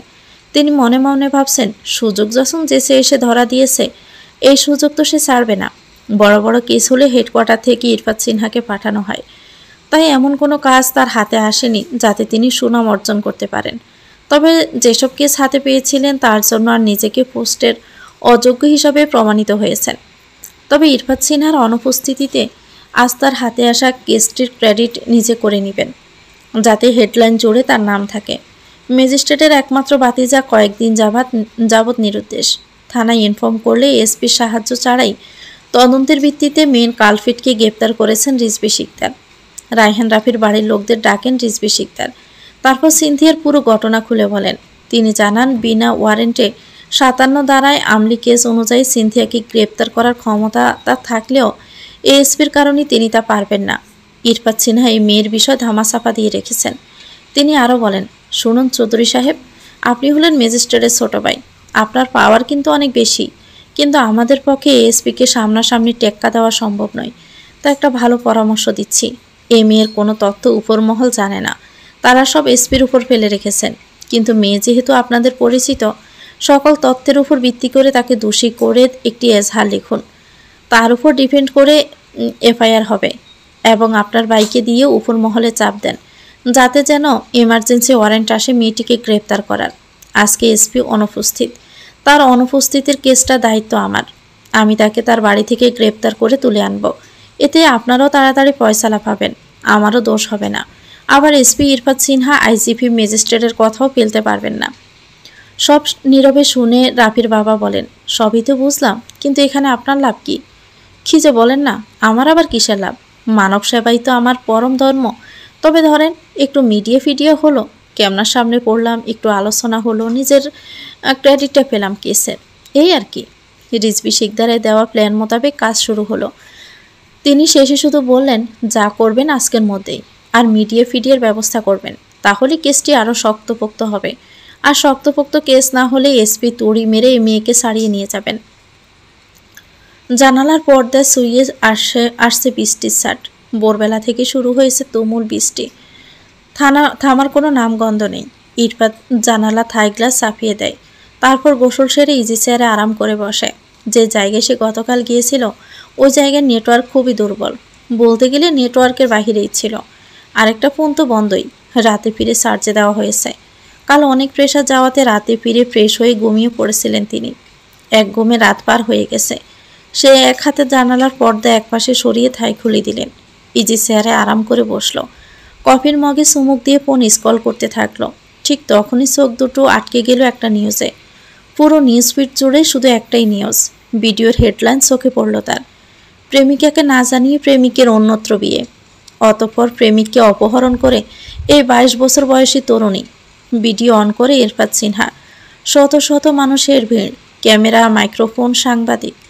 তার মাঝে হাতকড়া পরে দাঁড়িয়ে আছে পাতলা গড়নের সিনথিয়া। উৎসুক জনতার উপসে পড়া ভিড়।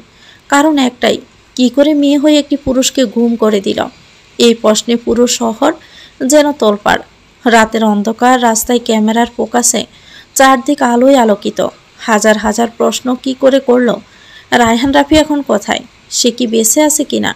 সেই প্রশ্নের সম্মুখে মেয়েটি শুকনো মুখে, দুর্বল শরীরে, নিস্তব্ধ নয়নে দাঁড়িয়ে আছে। যেন পৃথিবীতে তার কেউ নেই। সবাইকে ঠেলে ঠুলে সরু রাস্তা বের করে দিচ্ছে কর্মরত পুলিশ সদস্য। মানুষের পাকপোকর মেয়েটিকে বাহু ধরে বের করে আনছে মহিলা পুলিশ। আর সিনথিয়া তাদের সাথে তাল মিলিয়ে এলোমেলোভাবে হাসছে। চোখ দুটো রক্ত লাল, টকটকে রক্ত যাবার নয় লাল হয়ে আসছে নাকের ডগা। শরীরের রক্তকণা যেন নোনতা জল আকারে চোখ ফেটে ঠিকরে পড়ছে। এরকম অপ্রত্যাশিত, অকল্পনীয়, অসম্ভাব্য ঘটনার বাস্তব চিত্র নিজের স্বচক্ষে দেখে সমুদ্রের উচ্ছ্বাসের মতো অসংখ্য প্রশ্ন তীব্র গতিতে মাথায় এসে বাড়ি খেল ইরফাত সিনহার। সমগ্র দৃশ্য যেন পৌষ মাসের হাড় কাঁপানো হিমশীতল বাতাসের ন্যায় তাকে একবার মৃদু করে কাঁপিয়ে তুলল। পরক্ষণে আগুনের লাভার ন্যায় উত্তপ্ত হয়ে উঠল। ভিডিও অন করে ইরফাত সিনহা। শত শত মানুষের ভিড়, ক্যামেরা, মাইক্রোফোন, সাংবাদিক। তার মাঝে হাতকড়া পড়ে দাঁড়িয়ে আছে অল্প সিনথিয়া। উৎসুক জনতার উপসে পড়া ভিড়, কারণ একটাই, কি করে মেয়ে হয়ে একটা পুরুষকে গুম করে দিল? এই প্রশ্নে পুরো শহর যেন তোলপাড়। রাতের অন্ধকার রাস্তায় ক্যামেরার ফোকাসে চারদিক আলোয় আলোকিত। হাজার হাজার প্রশ্ন। কি করে করলো? রায়হান রাফি এখন কোথায়? সে বেঁচে আছে কিনা? সে প্রশ্নের সম্মুখে মেয়েটি শুকনো মুখে, দুর্বল শরীরে, নিস্তব্ধ নয়নে তাকিয়ে আছে, যেন পৃথিবীতে সে আর নেই। সবাইকে ঠেলে ঠুলে সরু রাস্তা বের করে দিচ্ছে কর্মরত পুলিশ সদস্য। মানুষের পাকপোকড় মেয়েটিকে বাহু ধরে বের করে আনছে মহিলা পুলিশ। আর সিনথিয়া তাদের সাথে তাল মিলিয়ে এলোমেলোভাবে হাসছে। চোখ দুটো রক্তলাল, টকটকে রক্ত জবার ন্যায় লাল হয়ে আছে নাগের ডগা। শরীরের রক্তকণা যেন নোনতার জল আকারে চোখ পেটে নদীর ধারার মতো পড়ছে তার। এরকম অপ্রত্যাশিত, অকল্পনীয়, অসম্ভাব্য ঘটনার বাস্তব চিত্র নিজের স্বচক্ষে দেখে সমুদ্রের উচ্ছ্বাসের মতো। অসংখ্য প্রশ্ন তীব্র গতিতে মাথায় এসে বাড়ি খেল ইরফাত সিনহার। মেয়েটির চোখ দুটোর রক্তক্ষরণ যেন পৌষ মাসের হাড় কাঁপানো হিমশীতল বাতাসের ন্যায় তাকে একবার কাঁপিয়ে তুলল। পরক্ষণে আবার লার্বার আগুনের ন্যায় শরীর গরম হয়ে উঠল।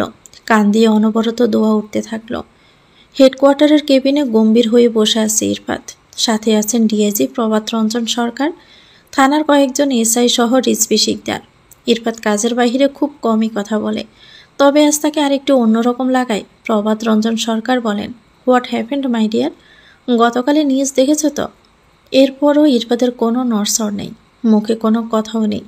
প্রভাত রঞ্জন সরকার আবার বললেন, কেসটা তো একধাপ এগিয়ে গেল, তুমি খুশি হওনি? টেবিলে হাতের উপর ভর করে রাখা কপালটুকু থেকে হাত সরিয়ে নিল ইরফাত। চোখ দুটো বন্ধ করে শরীর এলিয়ে দিল চেয়ারে।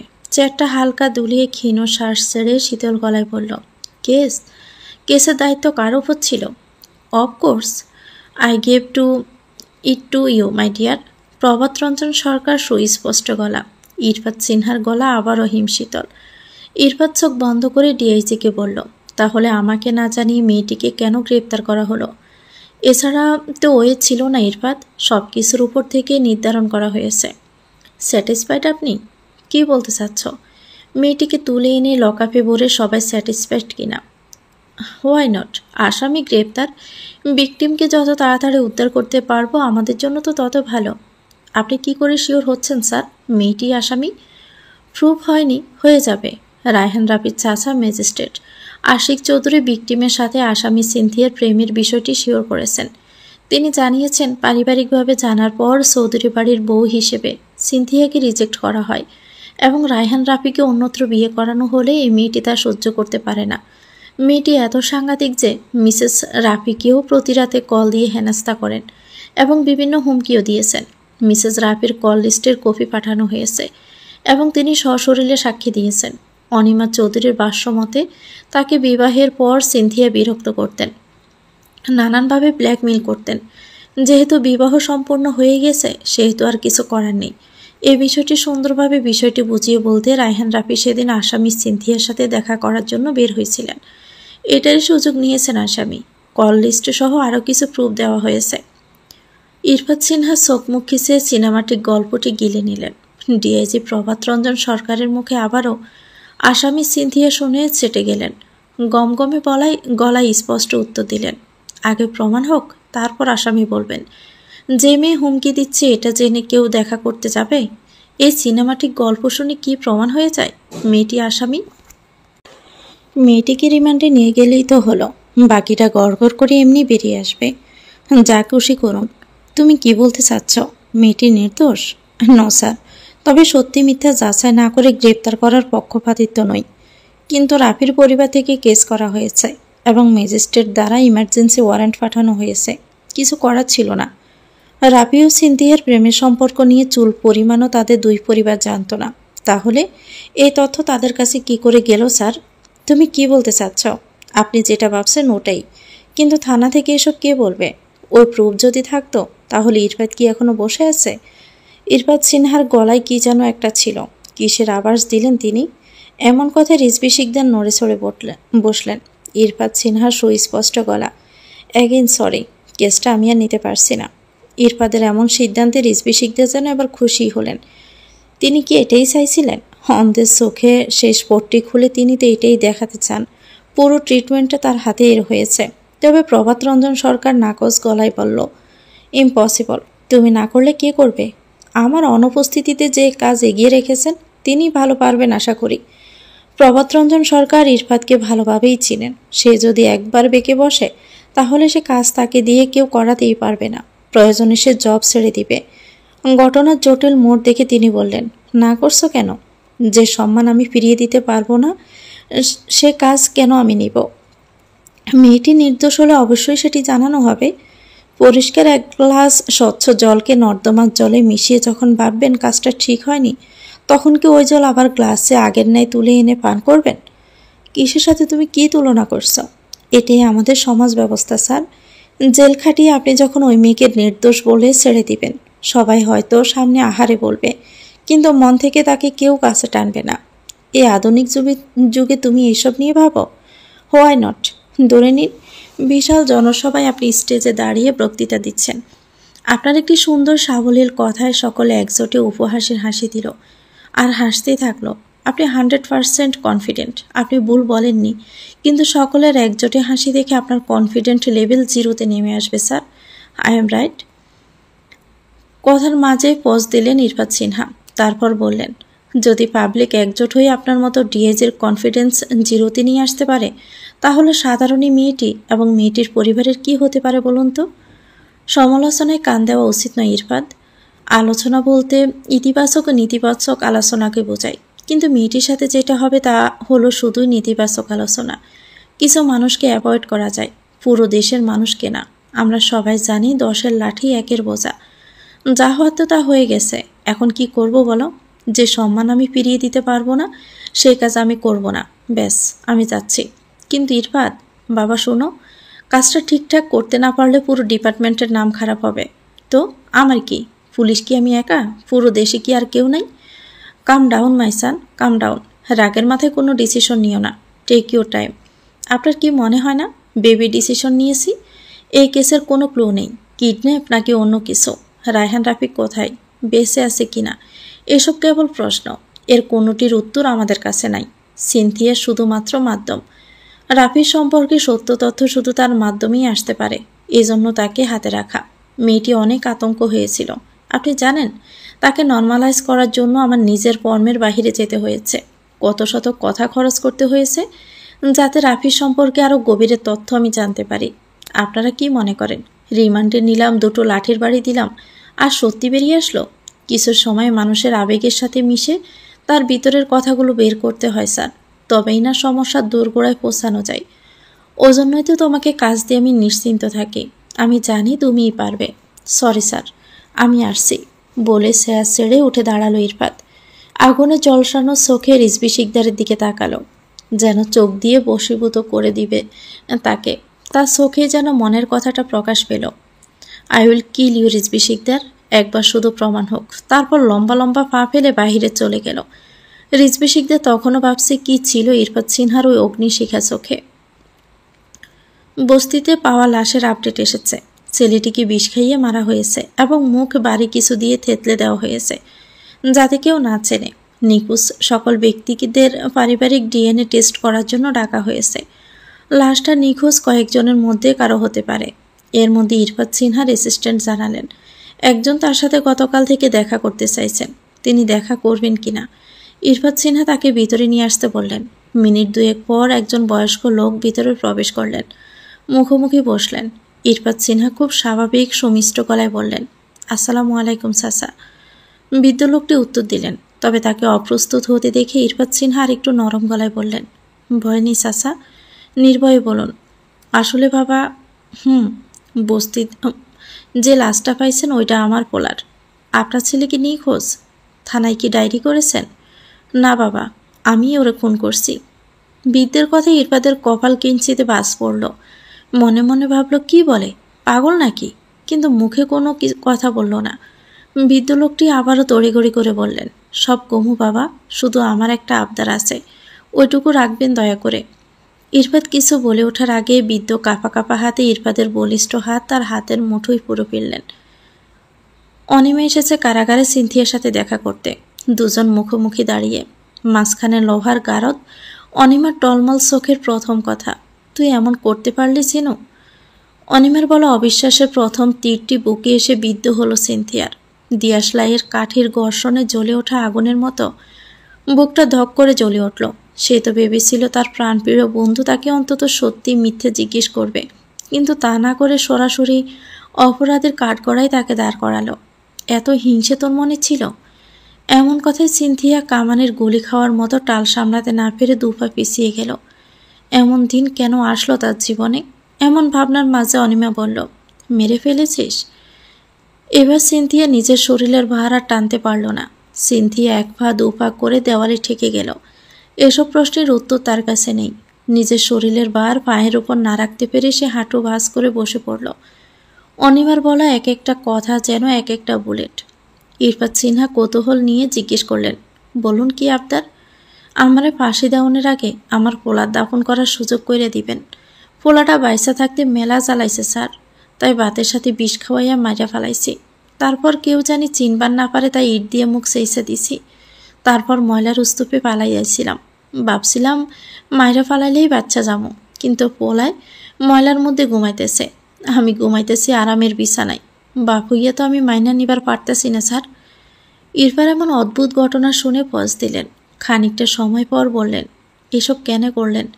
আমার পোলা জুয়া খেলতো স্যার, টাকা দিয়ে নেশা পানি করতো। জুয়া খেললে ঋণ হইতো, তখন নেশা করবার পারত না, তখন চুরিও করত। পাড়ার লোক আমারে খবর দিত, তোর পোলা চুরি কইরা ধরা পড়ছে অমুকের বাড়িতে, মারতাছে ছাড়াইয়া লইয়ায়। এইরকম দুঃখের চেয়ে বড় দুঃখ দুনিয়াতে আছে? আগে আগে সহ্য করবার না পাইরা মানুষের হাতে পায়ে দইরা পোলারে ছাড়া নিয়ে আসছি। পোলাকে বুঝাইছি, কিন্তু পোলা তো বাপের দুঃখ বুঝে নাই, এগুলো ছাড়বার পারে নাই। যখন শুনতাম আমার পোলারে দইরা মানুষে বাইন্দা রাখছে, মারতেছে, বিশ্বাস করেন মনে হইতো বলি ওরে সাইরা দিয়ে আমারে মারেন। বাপের চোখের সামনে পোলারে মানুষে বাইন্দা রাইখা মারে, এর থেকে কষ্ট পৃথিবীতে মনে হয় আর দুইটা নাই। ওজন্যই আমি আমার পোলারে মাইরা ফালাইছি, আর তো কেউ মারবার পারবো না। এই হৃদয় বিদারক কথা শোনার পর এ বাবা নামক জীবন্ত লাশকে কত তারাই শাস্তির আওতায় আনবে? কোন শাস্তি তার প্রাপ্য? ইরফাত ভাবছে। বিদ্যের চোখ দুটো শুকিয়ে যাওয়া নদীর মতো। লোকটি থেমে গিয়ে আবার বললেন, একসময় অতিষ্ঠ হইয়া রাগে দুঃখে মাইরা ফালাইছি। লাশ ফালাই দিয়ে আইছিলাম ময়লার ভিতরে। ভাবছিলাম কেউ জানবো না, আমি এলা শান্তির ঘুম ঘুমামো, কিন্তু আমি আর ঘুমাইবার পারি নাই। পরে অনেকবার ওখানে গেছি, ভাবছি তুইলা আয়না ঘরের মধ্যে কবর দিয়া বাপ বেটা এক লগে ঘুমামো। পরে শুনলাম লাশ পুলিশে লইয়া গেছে। পরে খুঁজতে খুঁজতে এখানে আইছি। আমি আমার দোষ স্বীকার করছি স্যার, আমারে ফাঁসি দেন। খালি তার আগে আমার পোলাটারে শান্তি মতো ঘুমাবার ব্যবস্থা করেন স্যার, দাফনের ব্যবস্থা করেন। ও কোনোদিন শান্তি পায় নাই স্যার। শেষের কথাগুলো যেন এক একটা মেশানো ছিল। একবার এক বাবার করুণ আহাজারি যেন হৃদয়কে নাড়া দিয়ে তুলল ইরফাত সিনহার। বিকেলে শেষ ভাগে ইরফাত একটু ফ্রি হলো। অফিসের জন্য ব্যবহৃত ফোনটা সবসময় সচল থাকে, আর তার পার্সোনাল ফোনের নাম্বার সকল রিলেটিভসকে দেওয়া। সেখানে অসংখ্য ফোন আসে, অসংখ্য মেসেজ আসে। সময়ের অভাবে কখনো দেখা হয়ে ওঠে না, অনেক সময় ব্যস্ততার কারণে ফোন ওপেনও করা হয় না। সেদিনের আসা কল সে ভুলেই গেছে। কত মানুষই তো ফোন দেয়, সময়ের অভাবে কল ব্যাক করা হয়ে ওঠে না। তবে আজ ফোন অন করে একটি মেসেজ চোখে পড়ল, আমি মরে গেলাম এসপি সাহেব। এই কথাই পড়ে প্রথমেই সকালে দেখা ঘটনাটা মনে পড়ল তার। কয় তারিখের মেসেজ তা আর দেখা হলো না। সে ভাবল মেয়েটা কি ওই সময়ে বাঁচার জন্য তার কাছে আকুতি প্রকাশ করেছে, কিন্তু সে তো মেসেজই দেখেনি। তার কি একবার যাওয়া উচিত? তার কি মেয়েটিকে সাহায্য করা উচিত? 2 মিনিট বসে কারাগারের দিকে গেল ইরফাত। গারদের ওপারের শক্ত মেঝেতে হাঁটুতে মুখ গুজে বসে আছে সিনথিয়া। লম্বা চুলগুলো বাঁধন মুক্ত হয়ে মেঝেতে ছড়িয়ে আছে। ইরফাত হালকা করে গলা খাঁকড়ে দিল। মেয়েটির কোনো নড়চড় নেই। ইরফাত শীতল কণ্ঠে ডাকল, সিনথিয়া। হিমশীতল মিষ্টি স্বরটি দেওয়ালে যেন বাড়ি খেল। তারপর দণ্ডিত হতে থাকলো সিনথিয়া। সিনথিয়া মুখ তুলে তাকালো। গারদের ওপারে দাঁড়িয়ে থাকে মানুষটিকে চোখ মেলে দেখলো সিনথিয়া। টানা টানা মায়াবীর চোখ দুটোতে বিষণ্ণতার অসহায়ত্বর প্রতিচ্ছবি। এক দৃষ্টিতে স্মৃতিহারা মানুষের ন্যায় তাকে স্মৃতিচারণ করতে না পেরে যেন এক দৃষ্টিতে চেয়ে আছে। সেটি বুঝতে পেরে ইরফাত আরেকবার ডাকলো, এই সিনথিয়া, শোনো। মেয়েটির চোখে ইরফাতের অস্তিত্ব যেন এবার ধরা দিল। মাঝ সমুদ্রে হাবুডুবু খেয়ে ঘন হয়ে আসা শ্বাস যখন খড়কুটোর সন্ধান পেয়ে স্বস্তিতে হাঁপ ছাড়ে, তারপর প্রাণপণে ছুটে এসে জাপটে ধরে সে খড়কুটোকে। সেই রকম করেই যেন ছুটে এলো সিনথিয়া। তারপর দুহাতে খামছে ধরল লোহার গারদ। দু চোখ রক্তে ছলকে উঠল। বাঁশির মতো সরু নাকের ডগা লাল হয়ে উঠেছে ক্রমেই। ঘটে যাওয়া অসম্ভাব্য অনিশ্চিত ঘটনার বাস্তবায়ন তার ভিতরে যে ব্যথার পাহাড় গড়েছে তার চোখ পেটে রক্ত আকারে বের হতে চাইছে। এত সময়ে জমিয়ে রাখা যন্ত্রণার চিহ্ন ফুটে উঠেছে ছোট ছোট বিন্দু আকারে থুতনির বাজে বাজে। দু চোখের জল বাদ দিয়ে আটকে রাখতে গিয়ে কেঁপে কেঁপে উঠছে অদর্শকল। ভাতভাঙা নদীর জলের ন্যায় চোখের জল স্বচ্ছ গড়িয়ে পড়ল। মেয়েটিকে গ্রেপ্তারের পর স্তব্ধ হয়ে গেছিল। তখন তো এভাবে কাঁদেনি, তবে তার চোখ দুটো অবলীলায় বলে দিচ্ছে এই একটা সুযোগের অপেক্ষাই ছিল এতক্ষণ। ইরফাত যেন পুরো সিনথিয়াকে একচোটে পড়ে নিল। মেয়েটি শেষ ভরসা হিসাবে তার প্রতীক্ষার সময় গুনছে, অথচ সে কিনা বলে এলো এই কেস নিয়ে আর কাজই করবে না। চিনতে চিনতে পাগল হয়ে যাচ্ছে প্রভাত রঞ্জন সরকার। এই কাজ রিজভী শিকদারকে দিলে সমাধান যে হবে না তা তিনি ভালো করেই জানেন। আর একবার না করে দিয়ে ইরফাত যে কখনোই কাজ করবে না তাও সে ভালো করেই জানেন। কি করবেন তিনি ভেবে পাচ্ছেন না। অশ্রুসিক্ত নয়নে এক দৃষ্টিতে তাকিয়ে আছে সিনথিয়া। তার চোখের জলে ভিজে যাচ্ছে গলায় পেঁচানো ওড়নার উপরের অংশ। পলক ফেলার আগে চোখ থেকে গড়িয়ে পড়ছে অশ্রুকণা। এই অবস্থা দেখে দায়িত্বরত মহিলাকে তালা খুলে দিতে বলল ইরফাত। তারপর তার কেবিনে নিয়ে যেতে বলল। ফেরার সময় ডিএজের ফোনে ফোন দিল ইরফাত। কেসটা আমি দেখব, তবে নেক্সটে যেন এর মধ্যে আগাছা না আসে। ডিএজের উত্তরের অপেক্ষা না করে ফোনটা কেটে দিল ইরফাত। এমন অসম্ভাব্য কথা শুনে প্রভাতরঞ্জন নিজেই হতভম্ব হলেন। এই প্রথম তিনি ইরফাতের মত পরিবর্তন হতে দেখলেন, তবে মনে মনে খুব খুশি হলেন। ইরফাত সিনথিয়াকে সামনে স্যারে বসতে বলল। তারপর বলল, রাফি সম্পর্কে যা জানো নিজে থেকেই বলবে, এত প্রশ্ন যেন না করতে হয়। সিনথিয়া মাথা নাড়ায়, কিন্তু মুখে কিছু বলে না, মাথা নিচু করে থাকে। তার দৃষ্টি আকর্ষণের জন্য ইরফাত বলিষ্ঠ হাতে হালকা করে সাপোর্ট দেয় টেবিলে। সিনথিয়া নড়ে চড়ে বসে। তারপর দৃঢ় গলায় বলে, কি বলবো? আমি বলে দিব। পিনপতন নীরবতা। ইরফাত বুঝে নেয় এই মেয়ের সাথে নিজে থেকে কথা না বললে দিন গড়িয়ে রাত হবে, তবুও সে কথা বের করবে না। তার কাছে এত সময় নেই। উপায়ন্তর না দেখে নিজেই বলল, রাফি জবলেস ছিল জানো? ইনভেস্টিগেশনে জানা গেছে ওর ব্যাংক লোন নেওয়া আছে। It's a big amount, you know. Cynthia চুপ করে থাকে। উত্তর না পেয়ে ইরফাত বলে, ইয়েস ওর নো? হ্যাঁ, নো। ইরফাত জিজ্ঞেস করে, বাজে কোনো নেশা ছিল? সিনথিয়া চোখ নামিয়ে নেয় পুনরায়। দৃঢ় গলায় উত্তর দেয়, কখনো শুনিনি। নেশা বা অন্য কিছু? না। ওনার সাথে তোমার পরিচয়? একটা ফ্রেন্ডের মাধ্যমে। ডিটেলস বলো, নিজ থেকে। ও আমাদের কলেজে আসতো, ওর ছোটো বোনকে কলেজে দিতে আসতো, ওখান থেকেই পরিচয়। তারপর ধীরে ধীরে। রায়হান রাফির কোনো ফ্রেন্ডের সাথে যোগাযোগ আছে? না, পার্সোনাল বিষয় শেয়ার ওর পছন্দ ছিল না। এমন কোনো কিছুই কি নেই তাকে সন্দেহ করার মতো? না, তবে কয়েকদিন ধরে একটা কথা মনে হচ্ছে। একটা মেয়ে ছিল, অনেক আগে মেসেঞ্জারে নক করছিল। মেয়েটি বলছিল আমার সাথে কথা আছে, কিন্তু আমার পাসওয়ার্ড রাফির কাছে ছিল। তাই রাফি মেসেজ দেখেই তাকে ব্লক করে দেয় এবং আমাকে বলে মেয়েটি খারাপ, অন্য আইডি থেকে নক দিলে তাকে যেন জানাই এবং কথা না বলি। তারপর আর কথা বলিনি। মেয়েটার নাম মনে নেই, তবে আইডিতে ব্লক লিস্টে থাকতে পারে। পাসওয়ার্ড? ইরফাতের বলা পাসওয়ার্ড শব্দে খানিকটা অবাক হয় সিনথিয়া। এখন তাকে পাসওয়ার্ডও দিতে হবে? প্রাইভেসি ব্রেক করতে হবে? ওইখানে আর কিছু না থাকুক, রাফির সাথে বলা কনভারসেশন তো আছেই, কিছু ছবিও আছে। ইরফাত আবার বলে, পাসওয়ার্ড? একই শব্দ পুনরায় জোরালোভাবে উচ্চারিত হওয়ায় সিনথিয়া মৃদু কেঁপে ওঠে। যে পাসওয়ার্ড দেওয়া আছে সেটি বা মুখে কি করে বলবে? সিনথিয়া বলে, লিখে দেই বা টাইপ করে দেই? ও হ্যালো, এত ভাবার কিছু নেই, কাজ শেষে লগ আউট করে দিব। সিনথিয়া নড়ে চড়ে বসল। কে ছিল ইরফাত সিনহার কথার মাধ্যমে? এমন তো সে ভাবেনি। তার মতো তুচ্ছ সিনথিয়ার আইডিতে নজর দেওয়ার সময় একজন এসপির আছে নাকি? সিনথিয়া একশোটে পাসওয়ার্ড বলল, লাভ ইউ রাফি। ল্যাপটপের স্ক্রিন থেকে চোখ সরিয়ে নেয় ইরফাত। বাম হাতে হাফ ফোল্ড করে নেয় ল্যাপটপ। এক পলক তাকায় সিনথিয়ার দিকে। নিজেকে চিড়িয়াখানার বাঁদর মনে হচ্ছে সিনথিয়ার। ইরফাতের তাচ্ছিল্যের চাহনি চোখ সরিয়ে নেয় সিনথিয়া। ইরফাত তাচ্ছিল্য স্বরে বলে, শখ মেটেনি? ইরফাতের এই কথা শুনে এক ঝাঁক মৌমাছির চাক ভেঙে যেন সিনথিয়ার মাথায় এক নাগাড়ে কামড়াতে থাকে। এমন লজ্জার মুখোমুখি তাকে হতে হলো। সিনথিয়া মাথা নুইয়ে ফেলল।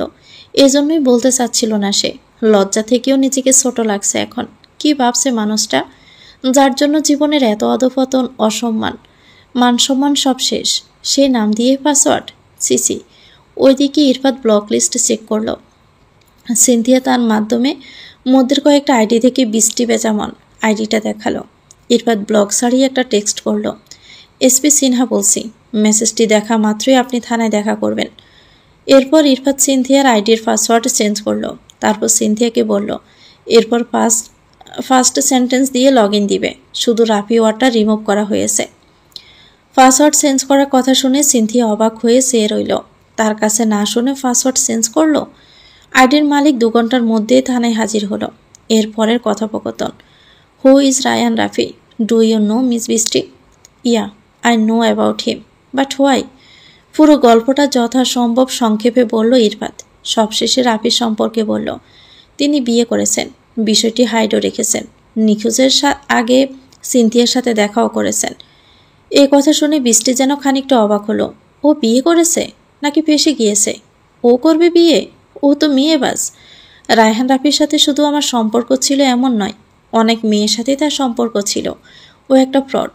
আগের গার্লফ্রেন্ডের সাথে ব্রেকআপ হওয়ার পর আমার সাথে রিলেশন হয়, আবার আমার সাথে ব্রেকআপ হওয়ার পর সিনথিয়ার সাথে সম্পর্ক হয়। এভাবেই তো চলে আসছে।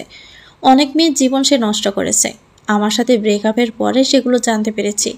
তখন আর কিছুই করার ছিল না।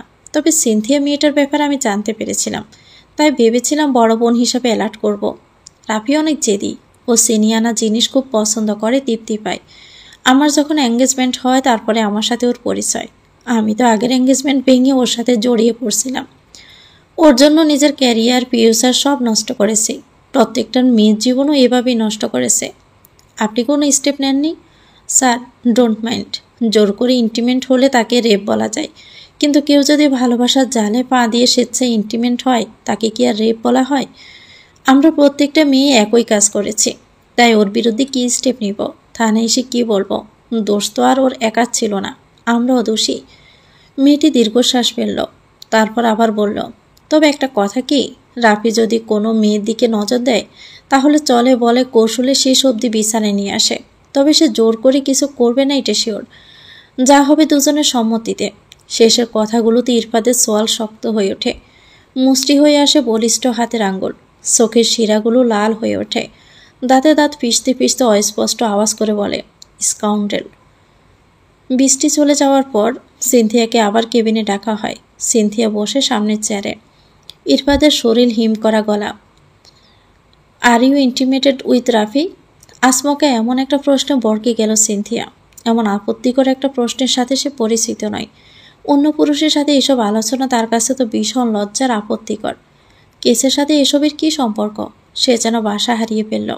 এরপর যদি তাকে প্রশ্ন করে তার সাথে কি হয়েছে, কি উত্তর দিবে সে? ইরফাতের বরফের মতো ঠান্ডা গলা। I say, are you intimated with Rafi? Sinthia চুপচাপে মাথা নিচু করে রইল। তার জীবনে আর কি দেখা বাকি আছে? আর কত কিছুর সম্মুখীন সে হবে, আর কত লজ্জা পেতে হবে, আর কত সহ্য করতে হবে তাকে। তার তো আর সহ্য হচ্ছে না। আর কত খেসারত দিবে সে? মুখটা ছোট হয়ে আসে তার।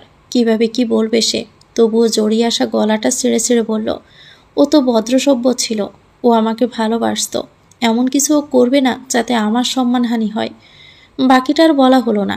ইরফাতের জাজালো গলা। ভালোবাসার এই নমুনা? I say you intimated with Rafi, yes or no?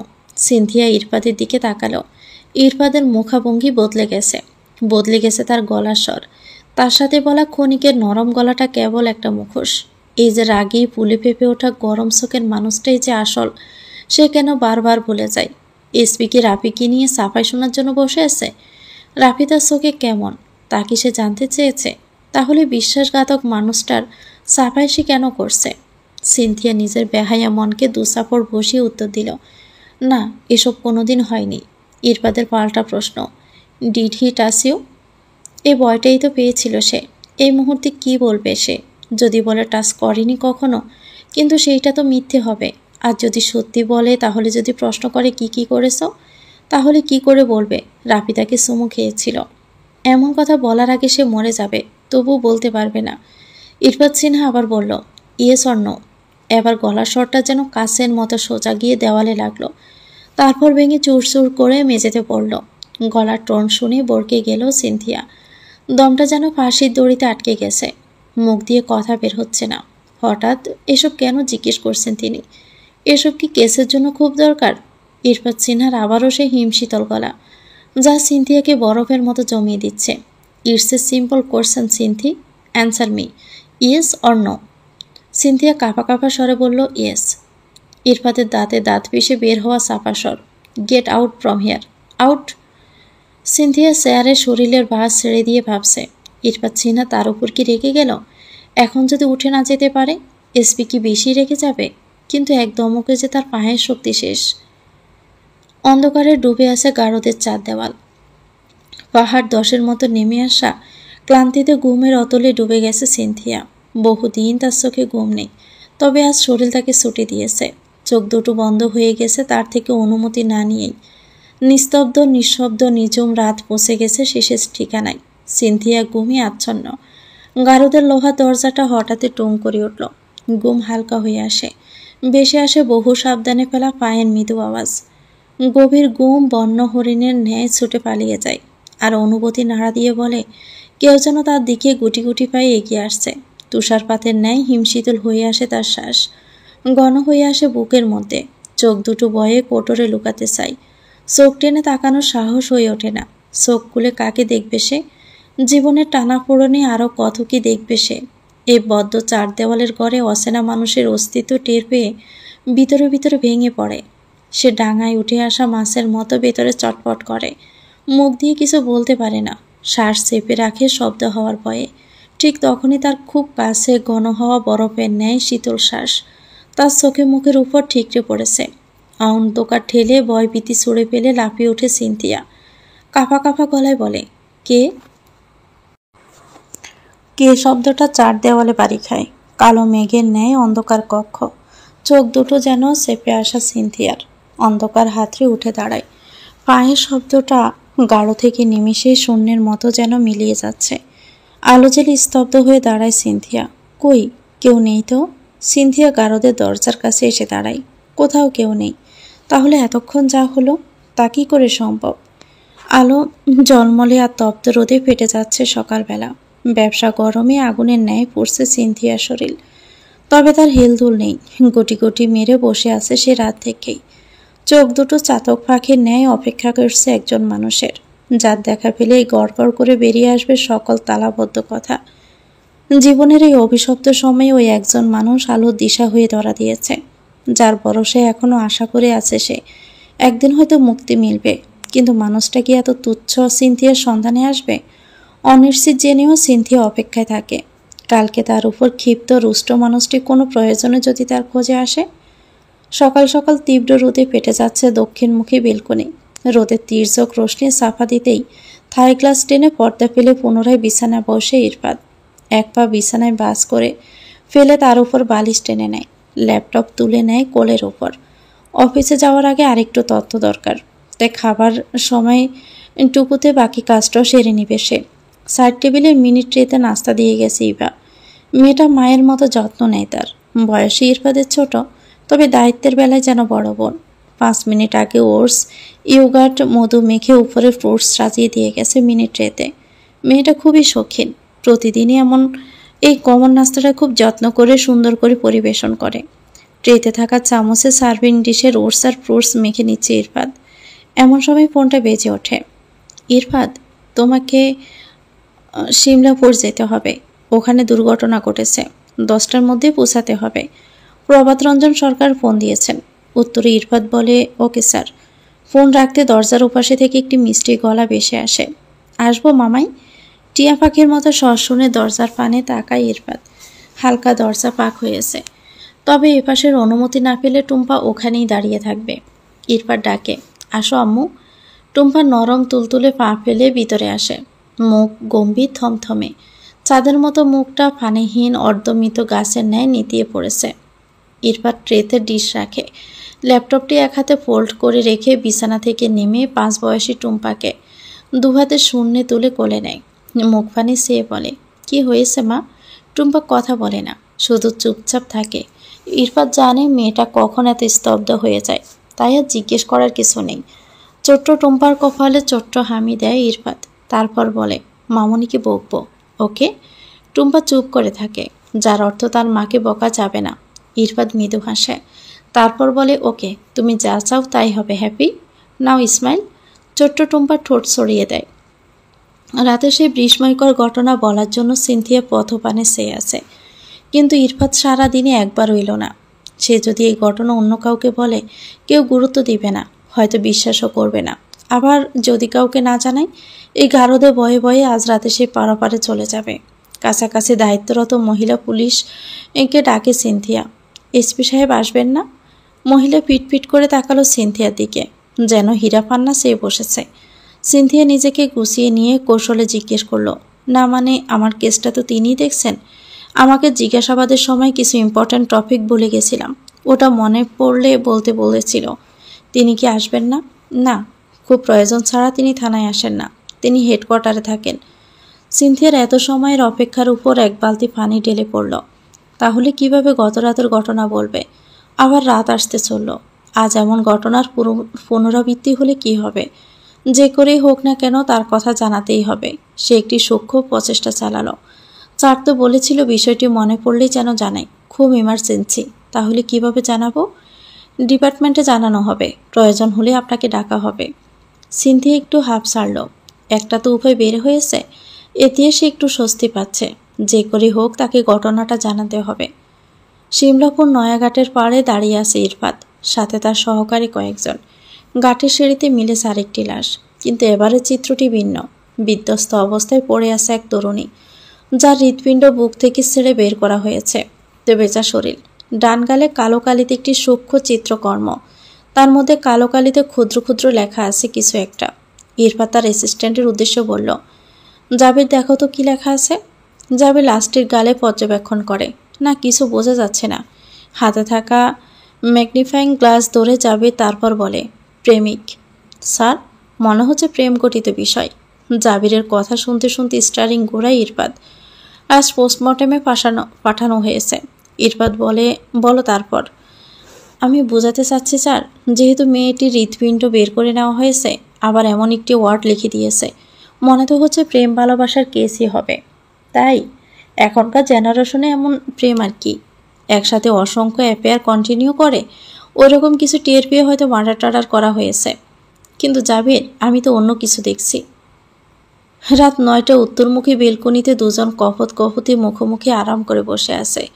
সদ্য ফোটা ফুলের ন্যায় তাদের নতুন জীবন, শোভা আর সুরভিতে ভরপুর তাদের সময়। আর এটাই স্বাভাবিক, দুজনে গল্পে মশগুল। তাদের গল্পের বিষয় জানা নেই, তবে কথার ফাঁকে ফাঁকে অল্প বয়সী তরুণ তরুণীর কোমল হাতের উল্টো পাশে অদরের শীতল স্পর্শ দিচ্ছে বারংবার। কখনো বা এলোকেশি হাতে চুলে হাত বুলিয়ে দিচ্ছে। তাদের খুনসুটিয়ে জানালায় দাঁড়িয়ে দেখছি বা নিজের জীবনের সাথে মিলিয়ে পাওয়া না পাওয়ার হিসেব কষে যখন সব ফলাফল মিলছে না, তখন দুচোখ বেয়ে অযোধ্যারায় জড়ছে অশ্রুবিদ্ধ। 5 বছর বয়সী টুম্পা চুপচাপ বসে আছে বিছানায়। শিশু টুম্পা হয়তো মায়ের কান্নার কারণ জানে না, তবে কান্না যে ব্যথা ফেলে আসে তা তো সে জানে। আর মায়ের কান্না তার স্তব্ধ হওয়ার কারণ। এবার জানালার পানে চেয়ে চোখের জল ফেলছে। ইরফাত দাঁড়িয়ে আছে ঠিক পেছনে, সামনের বেলকনিতে ছোট্ট ভালোবাসার যে গড় গড়ে উঠেছে। তাদের খুনসুটি দেখে এবার পুরনো স্মৃতি জেগে ওঠে, কষ্ট পায়। ছোট্ট টুম্পা বুঝতে না পারলেও ইরফাত তো বুঝে। ওদিকে বুলকে শক্ত হাতে দমন করা ইরফাতের ফ্যাশন, তাই পেছন থেকে শক্ত গলায় বলে, ইবা, এক কথা কতবার তোকে বলবো, রুম চেঞ্জ করতে বলছিলাম না? পেছন থেকে ইরফাতের বজ্রকণ্ঠ শুনে ভেতর থেকে কেঁপে ওঠে ইবা। পেছন গোড়ার আর সাহস পায় না, দুহাতে তড়িগড়ি করে চোখের জল মুছে। ইরফাত টুম্পাকে বিছানা থেকে কোলে নেয়, ছোট্ট হামি দিয়ে নামিয়ে দেয় কোল থেকে। তারপর বলে, বাবা দেখো তো নানুভাই কি করে। টুম্পাকে বাহিরে পাঠিয়ে দেওয়াতে ইভা আরও ভয়ে জমে যায়। ইরফাত আরও শক্ত গলায় বলে, ওদিকে কর, তোকে রুম চেঞ্জ করতে বসছি না। ইভা জানে কথা অমান্য করা ইরফাতের পছন্দ না, তাই সে কথা মতো ঘুরে দাঁড়ায়, মাথা নিচু করে রাখে, কথার উত্তরে মাথাও নাড়ায়। তারপর ভয়ে ভয়ে অস্পষ্ট স্বরে বলে, টুম্পা অন্য রুমে শিফট হতে চায় না ভাইয়া, অন্য রুমে গেলে তো রাতে ঘুমায় না, ওই জন্যই আর কি। ইরফাত চোখ রাঙিয়ে বলে, ফার্দার যেন এই জানালায় দাঁড়াতে না দেখি। Got it? ইভা আবারও মাথা নাড়ে। ইরফাত বেরিয়ে যেতে নিয়ে থামে, তারপর বোনের দিকে ঘুরে নরম গলায় বলে, ভুল জিনিস স্মৃতিচারণ করে কষ্ট পাওয়া আরেকটা বড় ভুল, তাই যত তাড়াতাড়ি মুভ অন করবে ততই ভালো। তোমার কান্নার ইফেক্ট ছোট্ট বাচ্চার উপর পড়ে, সো ফরগেট ইউর পোস্ট। সিনথিয়ার অপেক্ষার ফলাফল শূন্য। ইরফাত আসেনি। তার ভিতরে জমে থাকা ভয়ভীতির রাতের কথা বলা হবে না। আজকের রাত্রে নির্ঘুমে কাটবে নিশ্চিত। ভয়ে ভয়ে নিজেকে গুটিয়ে নেয় আরও। রাতের কথা ভাবতে বুক ছিঁড়ে হাহাকার, চোখ থেকে অনবরত জল পড়তে থাকে। হাঁটুর বাজে মুখ লুকিয়ে রাখে। এমত অবস্থায় একজন মহিলা পুরুষ এগিয়ে আসেন। নিজের ফোনটি সিনথিয়ার দিকে এগিয়ে দিয়ে বলেন, ইরফাত স্যার কথা বলবেন। বাক্যটি যেন স্বস্তির পরশ হয়ে বকুল ফুলের মতো তার উপর ঝরে পড়ল। এই অসহনীয় মুহূর্তেই একজন মানুষ তাকে আলোর সন্ধান দেয়, সাহস দেয়। সে ছুটে এসে বাঘিনীর মতো থাবা দিয়ে ফোনটি নেয়। তারপর ক্ষীণ কণ্ঠে বলে, আসসালামু আলাইকুম। সালামের উত্তর নিয়ে অপর পাশের মানুষটা শীতল গলায় বলল, আর ইউ ওকে? প্রচণ্ড বিষণ্ণতায় প্রতি মুহূর্তে ডুবতে থাকা সিনথিয়ার জীবনে এই বাক্যটুকু বলার জন্য অবশিষ্ট কেউ ছিল। ভাবতে সিনথিয়ার শূন্যে তাকিয়ে থাকে। প্রতিনিয়ত চোরাবালিতে ডুবে যাচ্ছে সে। তার পাশে আজ কেউ নেই, কেউ না। সে বেঁচে আছে কিনা এটুকু দিয়েও হয়তো কারো কিচ্ছু যায় আসে না। সে ঠিক আছে কিনা, ভালো আছে কিনা, এসবের দাম এখন শূন্যর কোঠায়। এমন একটা জায়গায় দাঁড়িয়ে এত বড় মাপের একজন মানুষের মুখে তার ঠিক থাকার প্রশ্ন শুনে চোখের জল নীরবে গড়িয়ে পড়ে। ভাগ্যের বেড়া জালে এক অকল্পনীয় মরণ ফাঁদে আটকে পড়া, প্রতিনিয়ত নতুন নতুন যন্ত্রণার স্বাদ পাওয়া। জাজরা হওয়া বুকে ব্যথাগুলো আগুনের পুলকি আকারে ঝিলিক হয়ে ওঠে। বুক ভারী হয়ে আসে। অসহনীয় যন্ত্রণায় গলা ভারী হয়ে আসে। ক্ষীণ হয়ে আসে গলার স্বর। সে ক্ষীণ স্বরে বলে, মিলি সেকেন্ডের মধ্যে ওপাশ থেকে ইরফাদের শীতল কণ্ঠ ভেসে আসে, কাঁদছ কেন? কথাটি যেন হৃদয়ের অন্তঃস্থলে গিয়ে ঠেকল সিনথিয়ার। সেকেন্ডের জন্য শ্বাস বন্ধ হয়। ঘন হয়ে আসা শ্বাস বেরিয়ে আসে দুঃখফুকানি হয়ে। এ যে তার আত্মার বান্ধবী, চোখের পানি দেখেও তো বলল না, কাঁদছিস কেন? চোখের জলের উপর মুখের কথার আগুন ধরিয়ে দিয়েছে কতজন। আরও কত শত কাছের মানুষ মুখ ঘুরিয়ে নিয়েছে তার থেকে। যে পৃথিবীতে একই বিছানায় মুখ ঘুরিয়ে শুয়ে থাকে এমন কিছু স্বামী আছেন যারা স্ত্রীর পাশে শুয়েও কান্নার শব্দ শুনতে পায় না। ফেলেও কনফিউশনে বলে, কাঁদছ নাকি? সে একই পৃথিবীতে ফোনের অপর পৃষ্ঠের মানুষটা তার কেউ না হয়েও, তাকে স্বচক্ষে না দেখেও এতটা দূরত্ব থেকে একদম শতভাগ নিশ্চিত হয়ে কি করে বলল, কাঁদছ কেন? তিনি কোনো কনফিউশন রাখেননি। তিনি বলেননি, কাঁদছ নাকি? সে সরাসরি কান্নার কারণ জানতে চেয়েছে। কিভাবে বুঝলেন তিনি? সে তো কেঁদেছে নীরবে, নিঃশব্দে। তাহলে ফোনের অপর পৃষ্ঠের মানুষটি কি করে বুঝল? সিনথিয়া চুপ করে থাকে। চোখের জল টুকটুক করে পড়ে। ওপাশে থাকা ইরফাত শীতল গলায় বলে, ভালো খারাপের সংমিশ্রণেই জীবন। খারাপ সময়ের মোকাবেলা যত শক্ত হাতে করবে ততই কষ্ট কম পাবে। ভেঙে পড়া যাবে না, জানো তো? রাত যত গভীর হয় ভোর তত নিকটে আসে। So don't Cry. সিনথিয়া দুঃখের সাগরে এক সিমটি ভালোর মুহূর্তে ছোঁয়া পেয়ে যেন আরও দুর্বল হয়ে পড়ে। চোখের জল বাঁধ ভেঙে গড়িয়ে পড়ে। নিজেকে সংযত করতে নিজের হাতের আঙ্গুল কামড়ে ধরে। খানিকটা সময় পর ইরফাত বলে, কিছু বলবে বলছিলে? সিনথিয়া কান্না মুছে নেয়। স্বাভাবিকভাবে বলার চেষ্টা করে, আমার মনে হলো কাল রাতে এখানে কেউ এসেছিল। মনে হয় কথার কোনো ভিত্তি নেই, কিন্তু আমার তো মনে হলো মানে কেউ এসেছিল শিওর। নাইটমেয়ার হতে পারে, কিন্তু আমার তো সত্যি মনে হলো। তুমি সেফ জোনে আসো সিনথি। রাখছি। ওপাশের মানুষটা রাখছি বলা উপেক্ষা করে নির্লজ্জের মতো সিনথিয়া আবারও বলল, কিন্তু আজও যদি আসে? আমার খুব ভয় করছে। দম বন্ধ হয়ে আসছে। খানিকটা দম নিয়ে আবার বলে, এর আগে রাফির মতো আমাকেও কিডন্যাপিংয়ের চেষ্টা করা হয়েছে। দুটো মুখোশধারী মানুষ আমাকে ধরার জন্য। হোয়াট? আমাকে ইনফর্ম করেছ? বুঝলেন তো, অবাকা যেদিকে যায় সাগরও শুকিয়ে যায়। আমি তো সেদিন আপনাকে 3টা কল দিলাম, না হলো রিসিভ আর না করলেন কল ব্যাক। আমি তো তখন নিজেকে বাঁচাতে রাস্তায় দৌড়ে বেড়াচ্ছি। একটা মেসেজও করলাম।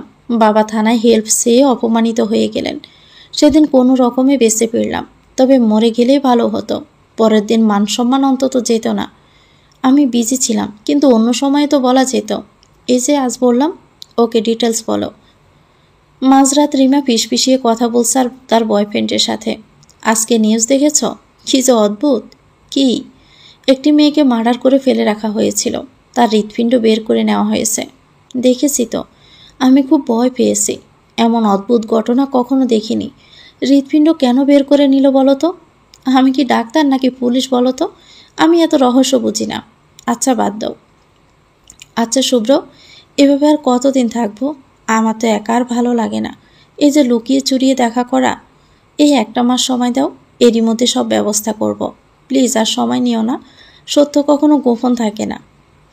বিকেল পেরিয়ে যাচ্ছে, আর একটু পরেই সন্ধ্যা, তারপরেই রাত। সিনথিয়া বিষণ্ণ মনে চুপটি করে গুটিসুটি মেরে বসে আছে। এক বদ্ধ কুঠুরিতে তার দম বন্ধ হয়ে আসে। মনে হয় এই বন্দি খাঁচা থেকে কবে পাখির মতো উড়াল দিতে পারবে, কবে মুক্ত আকাশ দেখতে পারবে। তার জীবনে কি এমন কোনো দিন আসবে, নাকি আধারের অতল গভীরে ডুবে যাবে তার জীবনের প্রদীপ শিখা? চোখের জল উতলে পড়ে সিনথিয়ার। আর কত চোখে জল ফেলবে সে? হাঁটুর বাজে মুখ লুকিয়ে নিঃশব্দে সে কাঁদে। গারদের ওপাশ থেকে মহিলার কণ্ঠ ভেসে আসে। তারপর একটা প্যাকেট বাড়িয়ে দিয়ে বলে, মিস সিনথিয়া, আপনার পার্সেল। সিনথিয়া সাদা রঙের প্যাকেটটি খুলল। কটনের মধ্যে পিওর নীল রঙের লং কুর্তি, সাথে একটি লেডিস প্যান্ট, পায়ের কাছটায় 2টো জিপার। চোখ মুখ কুঁচকে এলো সিনথিয়ার। মনের সাথে কথা চলছে তার। কে দিল? অপরপক্ষ যেন উত্তর দিল। আমরাও তাই ভাবছি, কে দিল? অবাক হওয়া চোখ দুটো উচ্চ সীমায় পৌঁছে গেল যখন আরেকটি প্যাকেট থেকে বের হলো সাদা রঙের স্লিপার। কে দিল এসব? সিমলাপুরের মতো আরও কিছু জায়গায় আরও 4টি লাশ উদ্ধার। গল্প প্রায় একই। সবগুলো লাশের হৃৎপিণ্ড বের করে নেওয়া হয়েছে এবং লাশের গালে আলাদা আলাদা চিত্র আঁকা। এবারে চিত্রগুলো ভিন্ন কথা বলে। কিছু কিছু চিত্রগুলোতে অক্ষর লেখা আছে, যেগুলো সাজালে শব্দ গঠন হচ্ছে।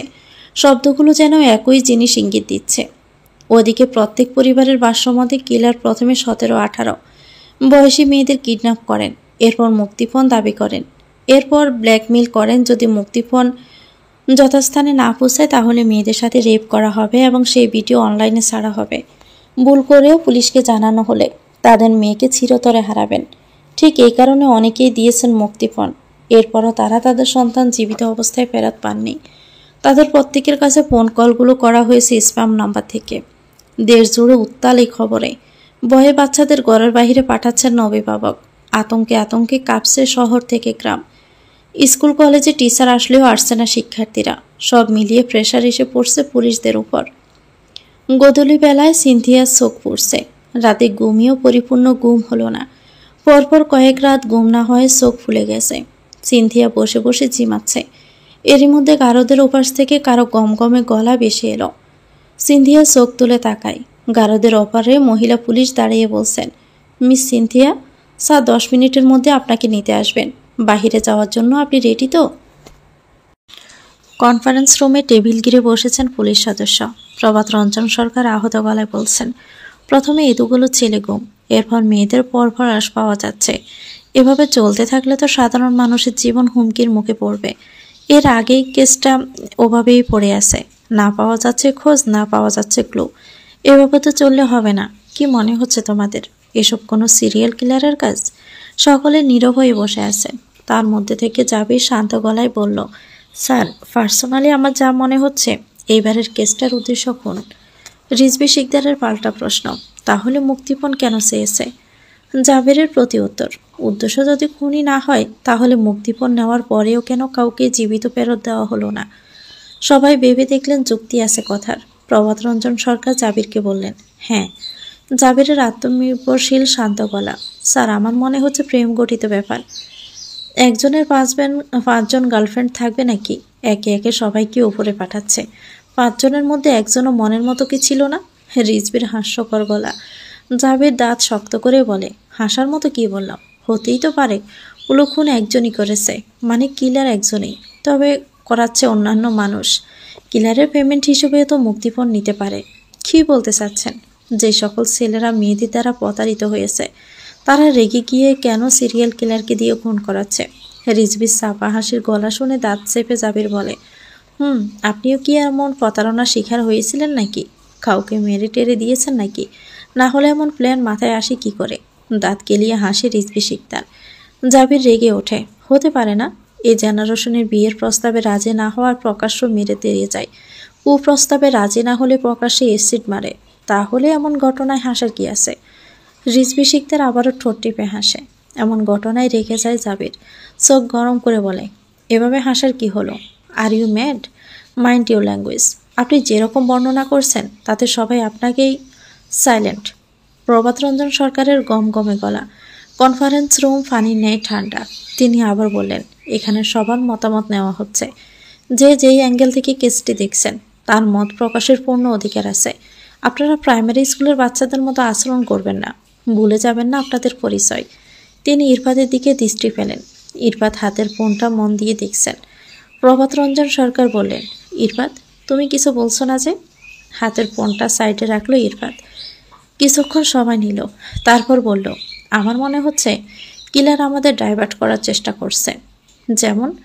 আমাদের উদ্দেশ্য কিলারকে ধরা, আর কিলারের উদ্দেশ্য আমাদের চোখ পাকি দেওয়া। এই সকল চিত্র, শব্দ, ক্লু কিলার নিজেই রেখে গেছে, যাতে অন্য একটি গল্প তৈরি হয়, আর আমরা কেস ওই দিকে ডাইভার্ট করি। তোমার কি মনে হচ্ছে নাকি মুক্তিপণের উদ্দেশ্যে কিডন্যাপিং? উদ্দেশ্য যাই হোক, গন্তব্য হলো কিলারকে ধরা। আমাদের কোনো দিকে না তাকিয়ে কে করলো তার দিকে ফোকাস করা উচিত, কারণ কিলার আটক হলে গল্প এমনিতেই বেরিয়ে আসবে। উদ্দেশ্য না জানলে গন্তব্য পৌঁছাবে কি করে? উদ্দেশ্য জানার চেয়ে গন্তব্য পৌঁছানোর রাস্তা বেশি সহজ। এইসব ক্লুর দিকে ফোকাস না করে আমাদের কিলারকে খুঁজে বের করতে হবে। ইরফাত সাইডে থাকা ফোনটি হাতে তুলে নেয়, তারপর উল্টো করে ধরে লাশের গায়ের চিত্রগুলো দেখায়। চিত্রগুলো ভালোভাবে দেখুন। চিত্রগুলোই রহস্য। চিত্রগুলো এত ছোট আর নিখুঁত করে আঁকা যে কেউ এই ধরনের চিত্র আঁকতে পারবে না। অবশ্যই কিলার প্রফেশনাল আর্টিস্ট। জাবির, ইয়েস স্যার। ওই সকল এলাকার আশেপাশের প্রফেশনাল আর্টিস্টদের একটা লিস্ট করবেন, আর পোস্টমর্টেম রিপোর্ট চেক করে জানাবেন মৃত্যু ঠিক কী কারণে হয়েছে। জি স্যার। গোধূলি বেলায় ধূসর রঙের প্রাইভেট কারটি আপন গতিতে রাস্তার গরম ধুলো উড়িয়ে ছুটে চলছে। কখনো ধীর গতিতে, কখনো দ্রুত গতিতে চলছে। পাশাপাশি বসেছে ইরফাত ও সিনথিয়া। ইরফাত চুপচাপ গাড়ি চালাচ্ছে আর বাহিরের লুকিং গ্লাসে চোখ রাখছে। সিনথিয়া নিস্তব্ধ নিশ্চুপ হয়ে বসে আছে। ইরফাত দৃঢ় গলায় বলে, সেদিন যে লোকগুলো তোমার উপর অ্যাটাক করেছিল, ওই লোকেশন মনে আছে? সিনথিয়া মাথা নাড়ে, তারপর নীরব গলায় বলে, আমার ফ্রেন্ডের বাসার আশেপাশেই রাস্তাটা। চিনবে?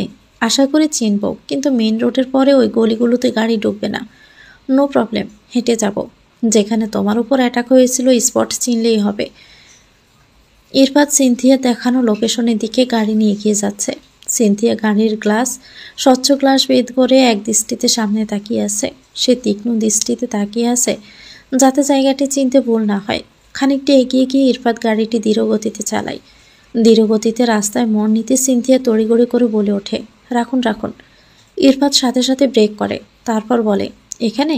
সিনথিয়া মাথা নাড়ে, ওই তো সামনের গলি। ইরফাত পুনরায় জিজ্ঞেস করে, শিওর? এই রাস্তার শেষের গলি দিয়ে অনেক দূর চলে গিয়েছিলাম। ইরফাত গাড়িটি গলির সামনে দাঁড় করায়। পকেট থেকে ফোন বের করে ডায়াল করে, জাবির, একটা এরিয়ার ফুটেজ চেক করতে হবে। রোহানকে ইনফর্ম করুন, আমি লোকেশনে পাঠিয়ে দিচ্ছি। ওই পুরো এলাকার সমস্ত ফুটেজ দ্রুত চেক করে আমাকে জানাবেন। Okay sir. ফোন কেটে চওড়া রাস্তায় একপাশে গাড়ি পার্ক করে ইরফাত গাড়ি থেকে নেমে গলির দিকে এগিয়ে যায়। ইরফাত একবার ভালোভাবে চোখ বুলিয়ে নেয় পুরো জায়গাটা, তারপর পুনরায় গাড়িতে বসে। সিনথিয়া তখন এক মনে এক দৃষ্টিতে সাইড গ্লাসে তাকিয়ে আছে। ইরফাত সিনথিয়া দৃষ্টি লক্ষ্য করে একটা মিডিয়াম সাইজের দোকান। দোকানে মালপত্র, একপাশে চায়ের জন্য ছোট্ট ব্যবসা। দোকানের সামনে বেঞ্চ পাতা, কেউ দাঁড়িয়ে কেউ বসে আছে। তাদের চোখ দেওয়ালে টানানো বিশাল আকৃতি টিভিতে আটকে আছে। টিভি দেখার ফাঁকে কেউ চায়ের কাপে চুমুক দিচ্ছেন, কেউ বা উচ্চস্বরে কথা বলছেন। তাদের কথোপকথনের মূল বিষয় টিভিতে দেখানো খেলা। সিনথিয়া লোকজনের ফাঁক ফোকর দিয়ে দেওয়ালে টানানো টিভিতে চোখ ডুবিয়ে দিয়ে আছে। চোখ সরালে যেন বিশেষ কিছু মিস হয়ে যাবে। সিনথিয়া বারবার গাড়ির সাইড গ্লাসে হাত দিয়ে নিচের দিকে টানছে। গ্লাসটি যেন বাধা হয়ে দাঁড়িয়েছে তার চোখের। ইরফাত সাইড গ্লাস নামিয়ে দেয়। সিনথিয়ার অন্যদিকে কোনো মনোযোগ নেই। তার দৃষ্টি সে বিশাল আকৃতি টিভির দিকে নিবদ্ধ। মহা আগ্রহ নিয়ে সে ক্রিকেট খেলা দেখছে। সিনথিয়ার সমস্ত মনোযোগ টিভির স্ক্রিনে। শক্ত হাতে ব্যাট ধরে আসে ক্রিকেট ক্যাপ্টেন তীর্থ। বোলার বল নিয়ে এগিয়ে আসছে। সিনথিয়া যেন সমগ্র কিছু ভুলে গেছে। ফুল টাচ বলে তীর্থ ব্যাট দিয়ে সজোরে আঘাত করে। তাতে বল বাউন্ডারি পার। সিনথিয়ার চরম উচ্ছ্বাসে গাড়ির সিট থেকে একবার লাফিয়ে ওঠে। সমগ্র ভালো লাগা, উচ্ছ্বাস, আনন্দ যেন তার হাতের মুষ্টিতে ধরা দেয়। সব কিছু বলে আনন্দটুকু প্রকাশ করতে মুষ্টিমেয় হাতটি উপরে উঠিয়ে চাচিয়ে বলে, ইয়েস ইয়েস। কয়েকটা দিনের পরিচয়ে মেয়েটিকে এত উচ্ছ্বাসিত হতে দেখা যায়নি একবারের জন্য। সবসময় গম্ভীর নিস্তব্ধতাই বিরাজ করে তার মাঝে। যাক, বাহিরে নিয়ে আসাটা এই দিক থেকে সার্থক। সিনথিয়া পাশ ফিরতে চোখ পড়ে যায় ইরফাতের। সে তো দিন দুনিয়া ভুলেই গেছিল কিছুক্ষণের জন্য।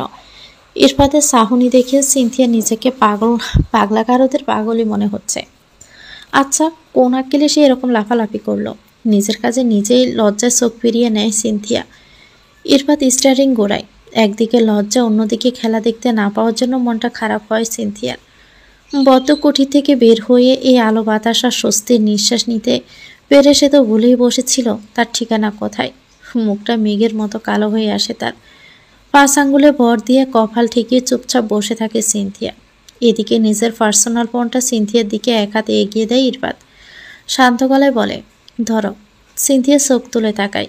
ইরফাতের হাতে থাকা ফোনটির স্ক্রিন জুড়ে ক্রিকেট খেলা চলছে, আর ফোনটি তার দিকে বাড়িয়ে দিচ্ছে ইরফাত। অবাকের উচ্চ সময় পৌঁছে চোখ দুটো পেঁচার মতো গোল গোল আকৃতি হয় তার। আপনা আপনি খুলে যায় ওষ্ঠযুগল।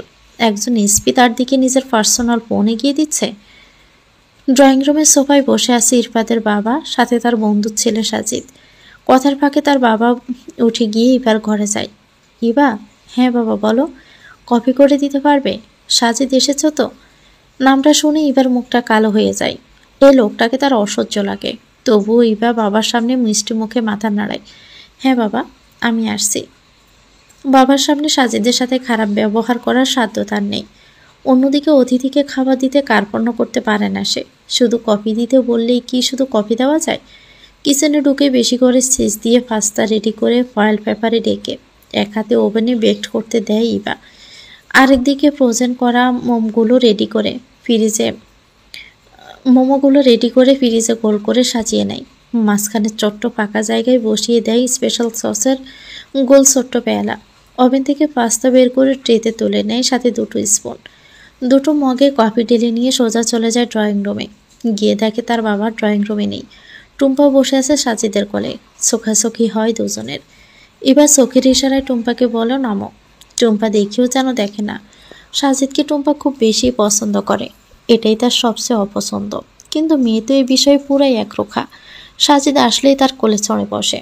এবার না পারে মেয়েকে দমিয়ে রাখতে, আর না পারে সাজিদের আশা বন্ধ করতে। ওপাশ থেকে সাজিদের শান্ত ক্ষীণ গলা ভেসে আসে, কেমন আছো? এবার কথা বলার প্রবল ইচ্ছা থাকা সত্ত্বেও সে মাথা নাড়ে। সাজিদ আবার বলে, আমাকে জিজ্ঞেস করলে না? এবার মুখে তালা মেরেই থাকে। যাই বলুক, সে আর কথা বলবে না। সাজিদ বাঁকা হেসে বলে, উত্তরটা পেলাম না কিন্তু। কিসের উত্তর? ওই যে 3 বছর আগে থেকে যা জানতে চাচ্ছি। এবার দাঁতে দাঁত চেপে বলে, এক কথা কতবার বলবো? আপনি কবে বুঝবেন বলেন তো সাজিদ ভাই? আর কতবার আপনাকে বারণ করার পরেও আপনি আসবেন, এসব বলবেন? যতদিন না তুমি সম্মতি দিবে। মানুষ এত নির্লজ্জ হয়? ভালোবাসলে মানুষ উন্মাদও হয়ে যায়। বা একটা বিবাহিত মেয়েকে কিভাবে ভালোবাসা যায়? তুমি কি বিবাহিত? আমি কি অবিবাহিত? আমার কাছে তুমি শুধু ইবা। বিবাহিত অবিবাহিত ডিভোর্সি এগুলো ডাজন্ট ম্যাটার। মুখে অনেক কিছু বলা যায়, মুখের কথা বাস্তবে রূপ দিতে হলে তোমার সম্মতি দরকার। একবার হাতটা ধরেই দেখো না। চুপ করুন সাজিদ ভাই, আমার মেয়েটা বড় হচ্ছে, ও বুঝতে পারবে। ওর সামনে এসব বলবেন না প্লিজ। সাজের টুম্পাকে বুকের মধ্যে চেপে ধরে ক্ষীণ শ্বাসে ভিতরে টেনে নেয়। তারপর বলে, সম্মতি দিলে মেয়েটা সত্যি খুশি হবেই। বা তুমি একবার সুযোগ তো দাও। এবার টুম্পাকে জোর করে টেনে টুনে কোলে নেয়। তারপর বিরক্তি গলায় বলে, পাগল নাকি?